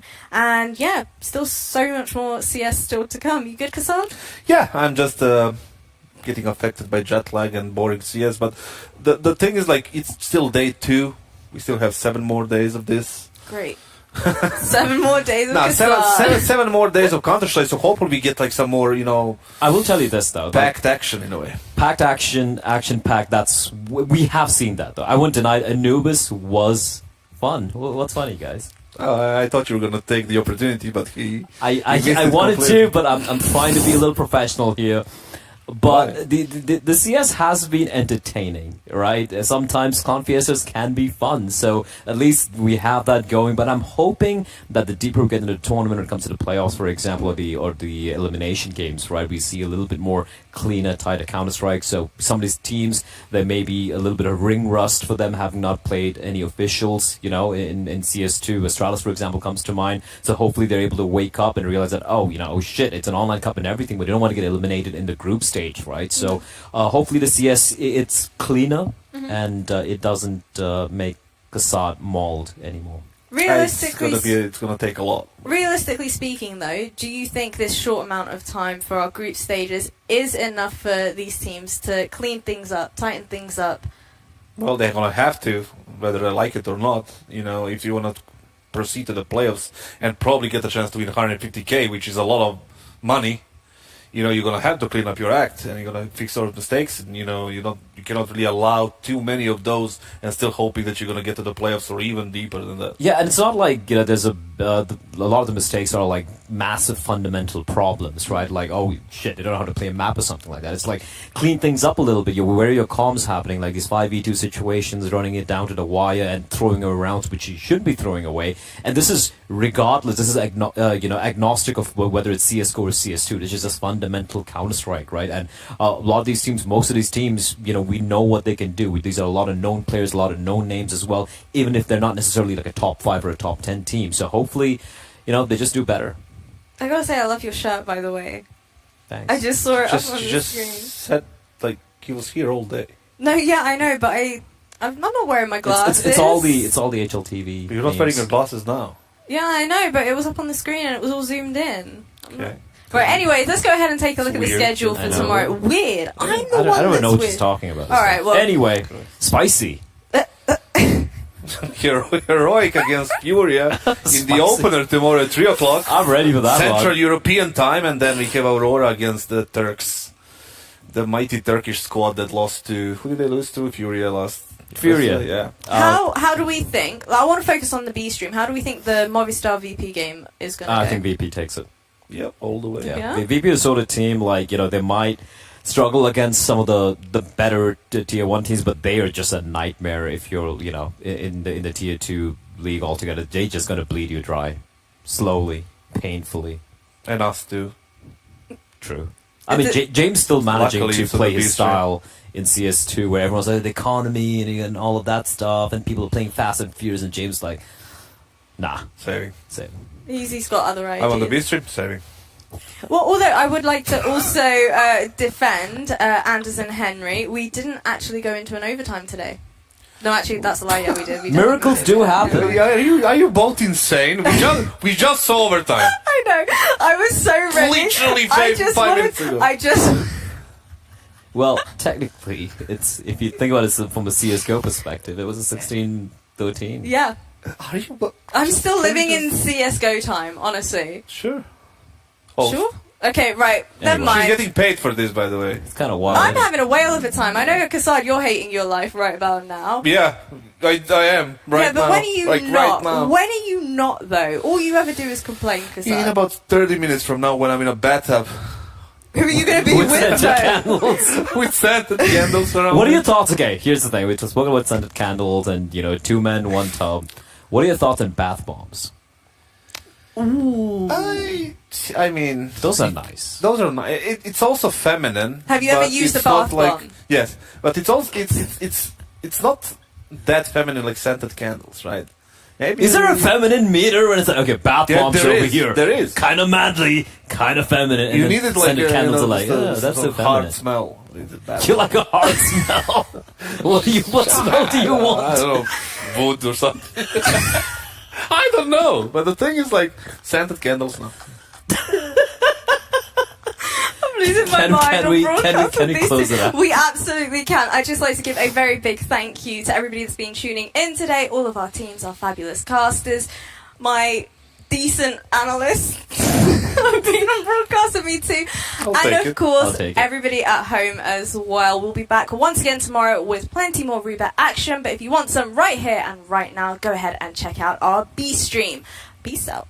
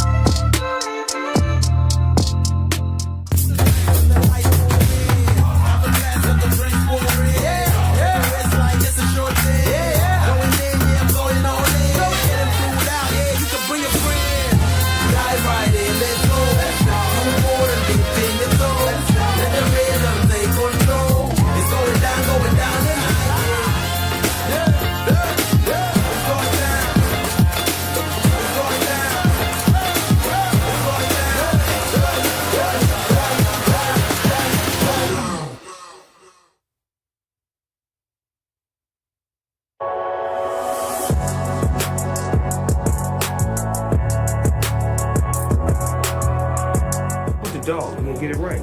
Roobet. You bet, who bet?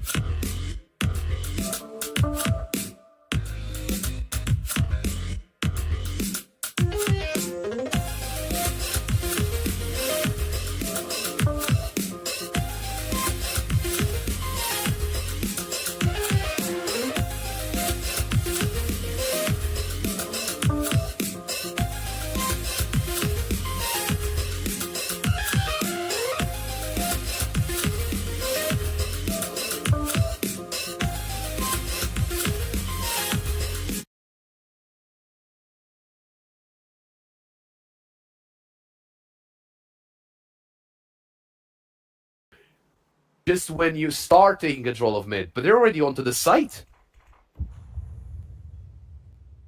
Yeah, like he's smoking toilets there because they don't have any information of toilets or long toilets or long for that matter. They've just walked up banana and the bomb's going to slide its way in, but no way Nodius expects a player to be in bank, a player to be close truck. I think it's going to really catch him off guard. And yeah, the first frag. Oh, he actually wins out the duel on Mir. The MP9 at close range does succeed. Norbert whiffing his spray. Salazar with a mag 7, unfortunately, there's not really too much he can do. And even though Nodius does get that very impressive opener, I think that's just going to be it. And yeah, literally in the blink of an eye, Fame nails 2 with a spray which is a spray down. And then Flit as well cancels out Kragan, who I think was lurking around toilets, who started at long, and VP, a good end to their T side, and Overpass looking a little bit more like it now. Ecstatic, what can they do on their T side? Can they try recreate the marvels that VP shone onto us? Well, they need an insanely good T-side half, which percentage-wise doesn't really happen. It was the side that actually won against Alternate Alex one with a 7-5. But then again, while a 7-5 is still impressive, they would need quite a lot of rounds here on the T side, and they need to be starting with a pistol round. Norbert dinked, but actually not taken down. He takes down someone. Patty goes out. Oh, Kragan. Nice damage onto Mir, but James finds a headshot onto him. The bomb, not yet planted. Flet, eliminating Nodius. This is a very awkward position to be in right now for Ecstatic. I don't know if they know that there's a player already pushed through Monster. Salazar could be shot in the back of the head. How is he alive? I Okay. have no idea. Yeah. Yeah, I mean, Queens will identify that. Look how low everyone is. Like, it's such a winnable affair. But the one player who has HP is the one that actually does the damage there in that final 4 versus 2 encounter. Flip 15-6. He's slowed down a little bit. He was 10-1, so it's quite a hard consistency to maintain, especially when you're being team flashed onto the bomb sites at some stages. But really well done. VP, that was really, really impressive. Pistol round, they keep it quite clean. And Ecstatic, without the bomb going down, they might have to eco, and that is not the start you want when you're trying to come back on the very lesser favored side. Yeah, I mean, VP should be securing double digits right now. And just after that, Ecstatic will get their first spy round, so... Yeah, that pistol round would have been immense for Ecstatic. I mean, again, don't get me wrong, the game is not over, but chances are going down round by round as VP keep on winning those rounds. Patty taken down by James, no problem for the MP9 to take out a Glock. Single Deagle bought up by Nodius. Oh, and Fame, he's gonna spot them in long. Has a smoke that he can use, just gonna play it safe. Again, I really like how they're taking things slow here. VP, even though they could have just peeked into long, right? They heard a Deagle, but how many Deagles can they have? I mean, 3 at max, I guess. Ooh, Nodius. Well, it would have been even better if he got the kill there, but that's still impressive. Very small, a very fast 3-man boost to surprise VP a little bit. Oh, but Salazar's gone here. Oh, James. He wants more than one. You're gonna see all of them. James takes 2. Makes it 3 in the round. And with that, Fame will end it on to Kragan. And it is double digits for VP. Flawless round, which is gonna be very helpful as well. And Ecstatic, they're gonna get their buy-in now.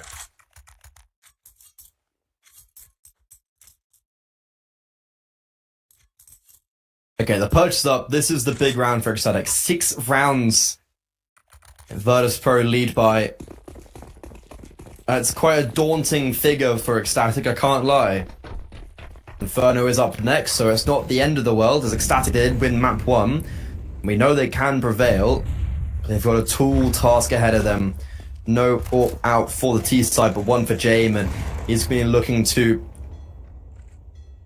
push down his dominance. Not in a manner that Salazar was doing. I think that's going to be the biggest difference maker. And Salazar called upon him, and Sally just didn't quite deliver, to be honest.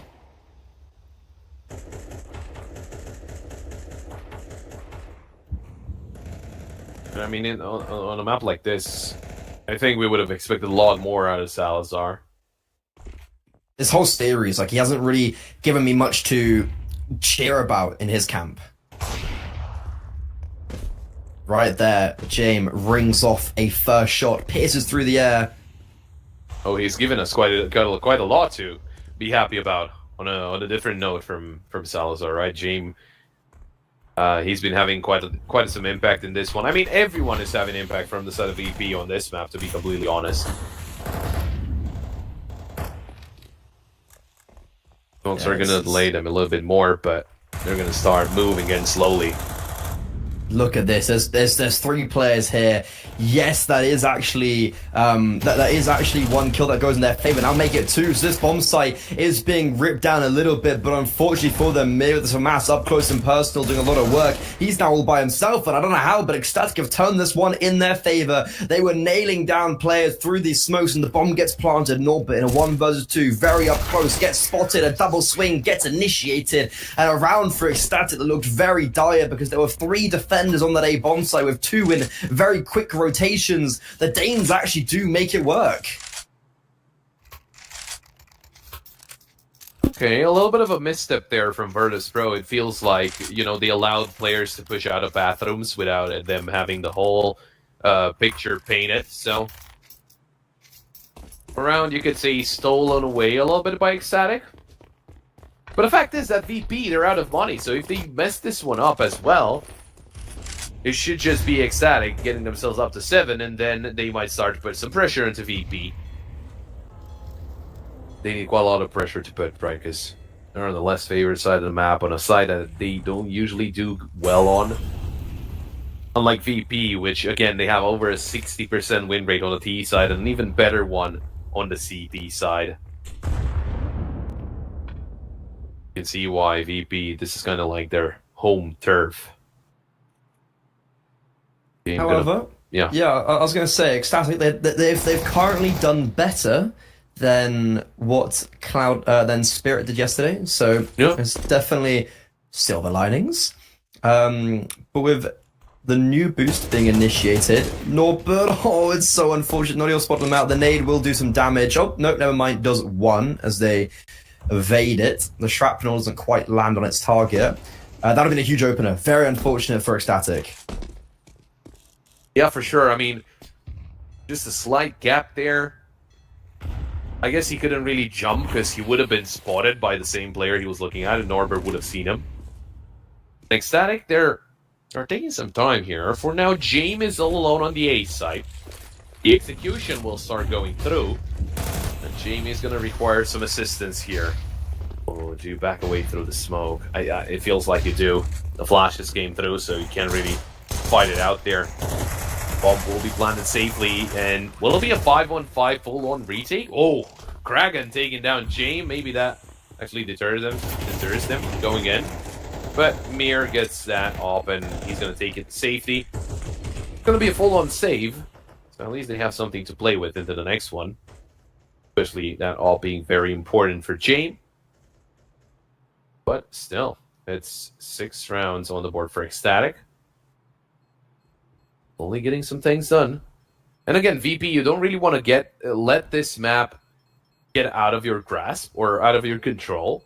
Because if Ecstatic start dictating the pace again, as they did on Ancient, well, we know what could happen.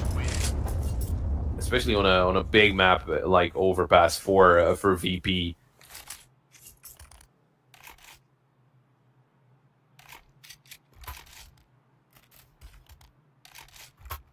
Last round, we didn't really want to read too much into it, and similar with this round, I think they were just well done from Ecstatic. They negate any troubles, but with a good save in classic James fashion, even though I think it was more his teammates. The orb will be out, same with anyone else enough for Mass, and then a 5-7 and P250. Still a very dangerous round, and James actually going to go for an aggressive peek over towards the A bomb site. Narrowly misses Kragan, and very lucky there from Kragan. Could have been very scary, and he's to be careful along. Like, look at him, he's bounding around. Look at this double long setup, and it's not even the rifle or the orb, it's the 5-7 that has identified. I don't know if you'll see the 3 players, but there were 3 players identified over towards that part of the map, and with an opener towards B. Now make it 2. The B bomb site is open, but Nodis is not going to understand this or acquire that space. And James just rotated in. So the fact that he didn't go through with the push maybe was the right call. Although while he is by himself, they could isolate him with some utility usage. I'm going to try to move in. Oh, as James is backing away, this could be perfect timing. He's kind of undecided, but I'm guessing he's going to join his teammates and focus on the A defense. If they don't come towards A, it's just going to be a save, and we can use those weapons into the next round as well. And, well, surprise, surprise, it's not going to be A. It's still a B hit.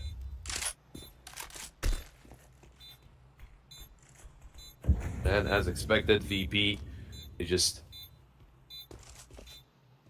hunker down and wait for the time to end, for the bomb to explode, so they can secure the weapons into the next round. 7th round on the board for Ecstatic. Question is, can they keep it up, right? Because if they're able to, surprise VP constantly and still get away with it, even though in this round they lost the opening kill, but they still got away with a round here. Because VP, I feel like they were always in the mood of like, we're probably gonna save. If we have to fight, we're gonna fight, but if we don't really have to fight, maybe just saving is a better option.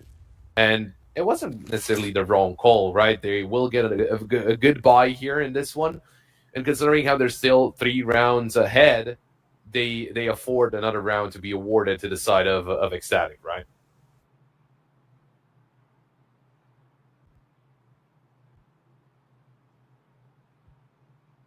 Ooh.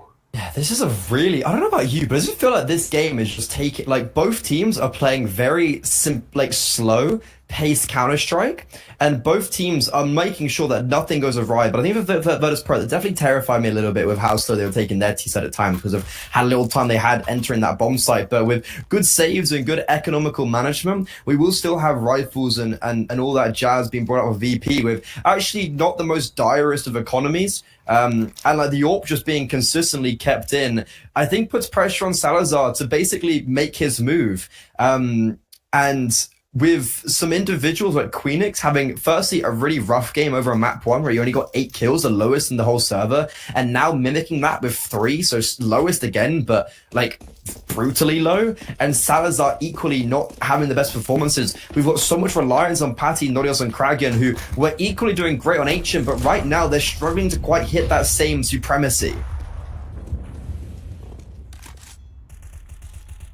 Maybe it was a little bit of a slower start here. We'll see if they can keep it up. Odious sneaking into short. Really unheard here. A flash came in, but no one peeks with it. Didn't mount up a boost here.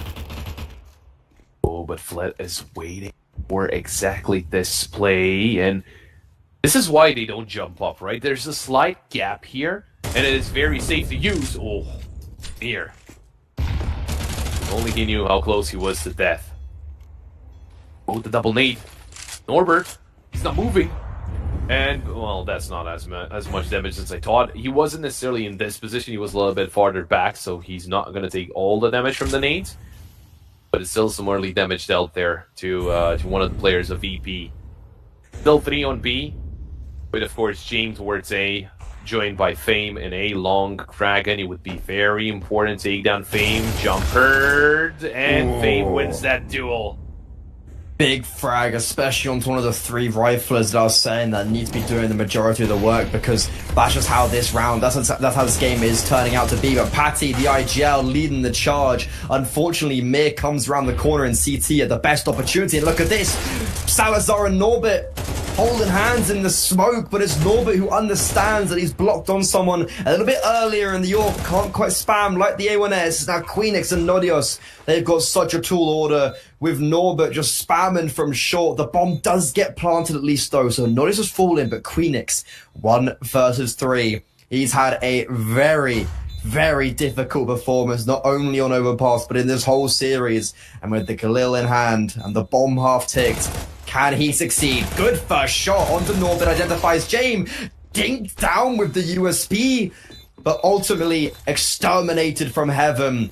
And unfortunately exposed himself a little bit too much. And maybe if he had just hidden, VP would have been scrambling a little bit more, because they were playing on the fact that he was going to walk into them, and he did. So VP finally a gun round on the board, and they do just advance themselves a little bit more. Yeah, it feels like, you know, he could have put a lot of more pressure onto VP, and at the same time, maybe he thought that the player in heaven jumped down into water because he was moving forward towards James, so he was trying to isolate himself from that position. But you know, as much pressure as it was for that round, for him to play it out for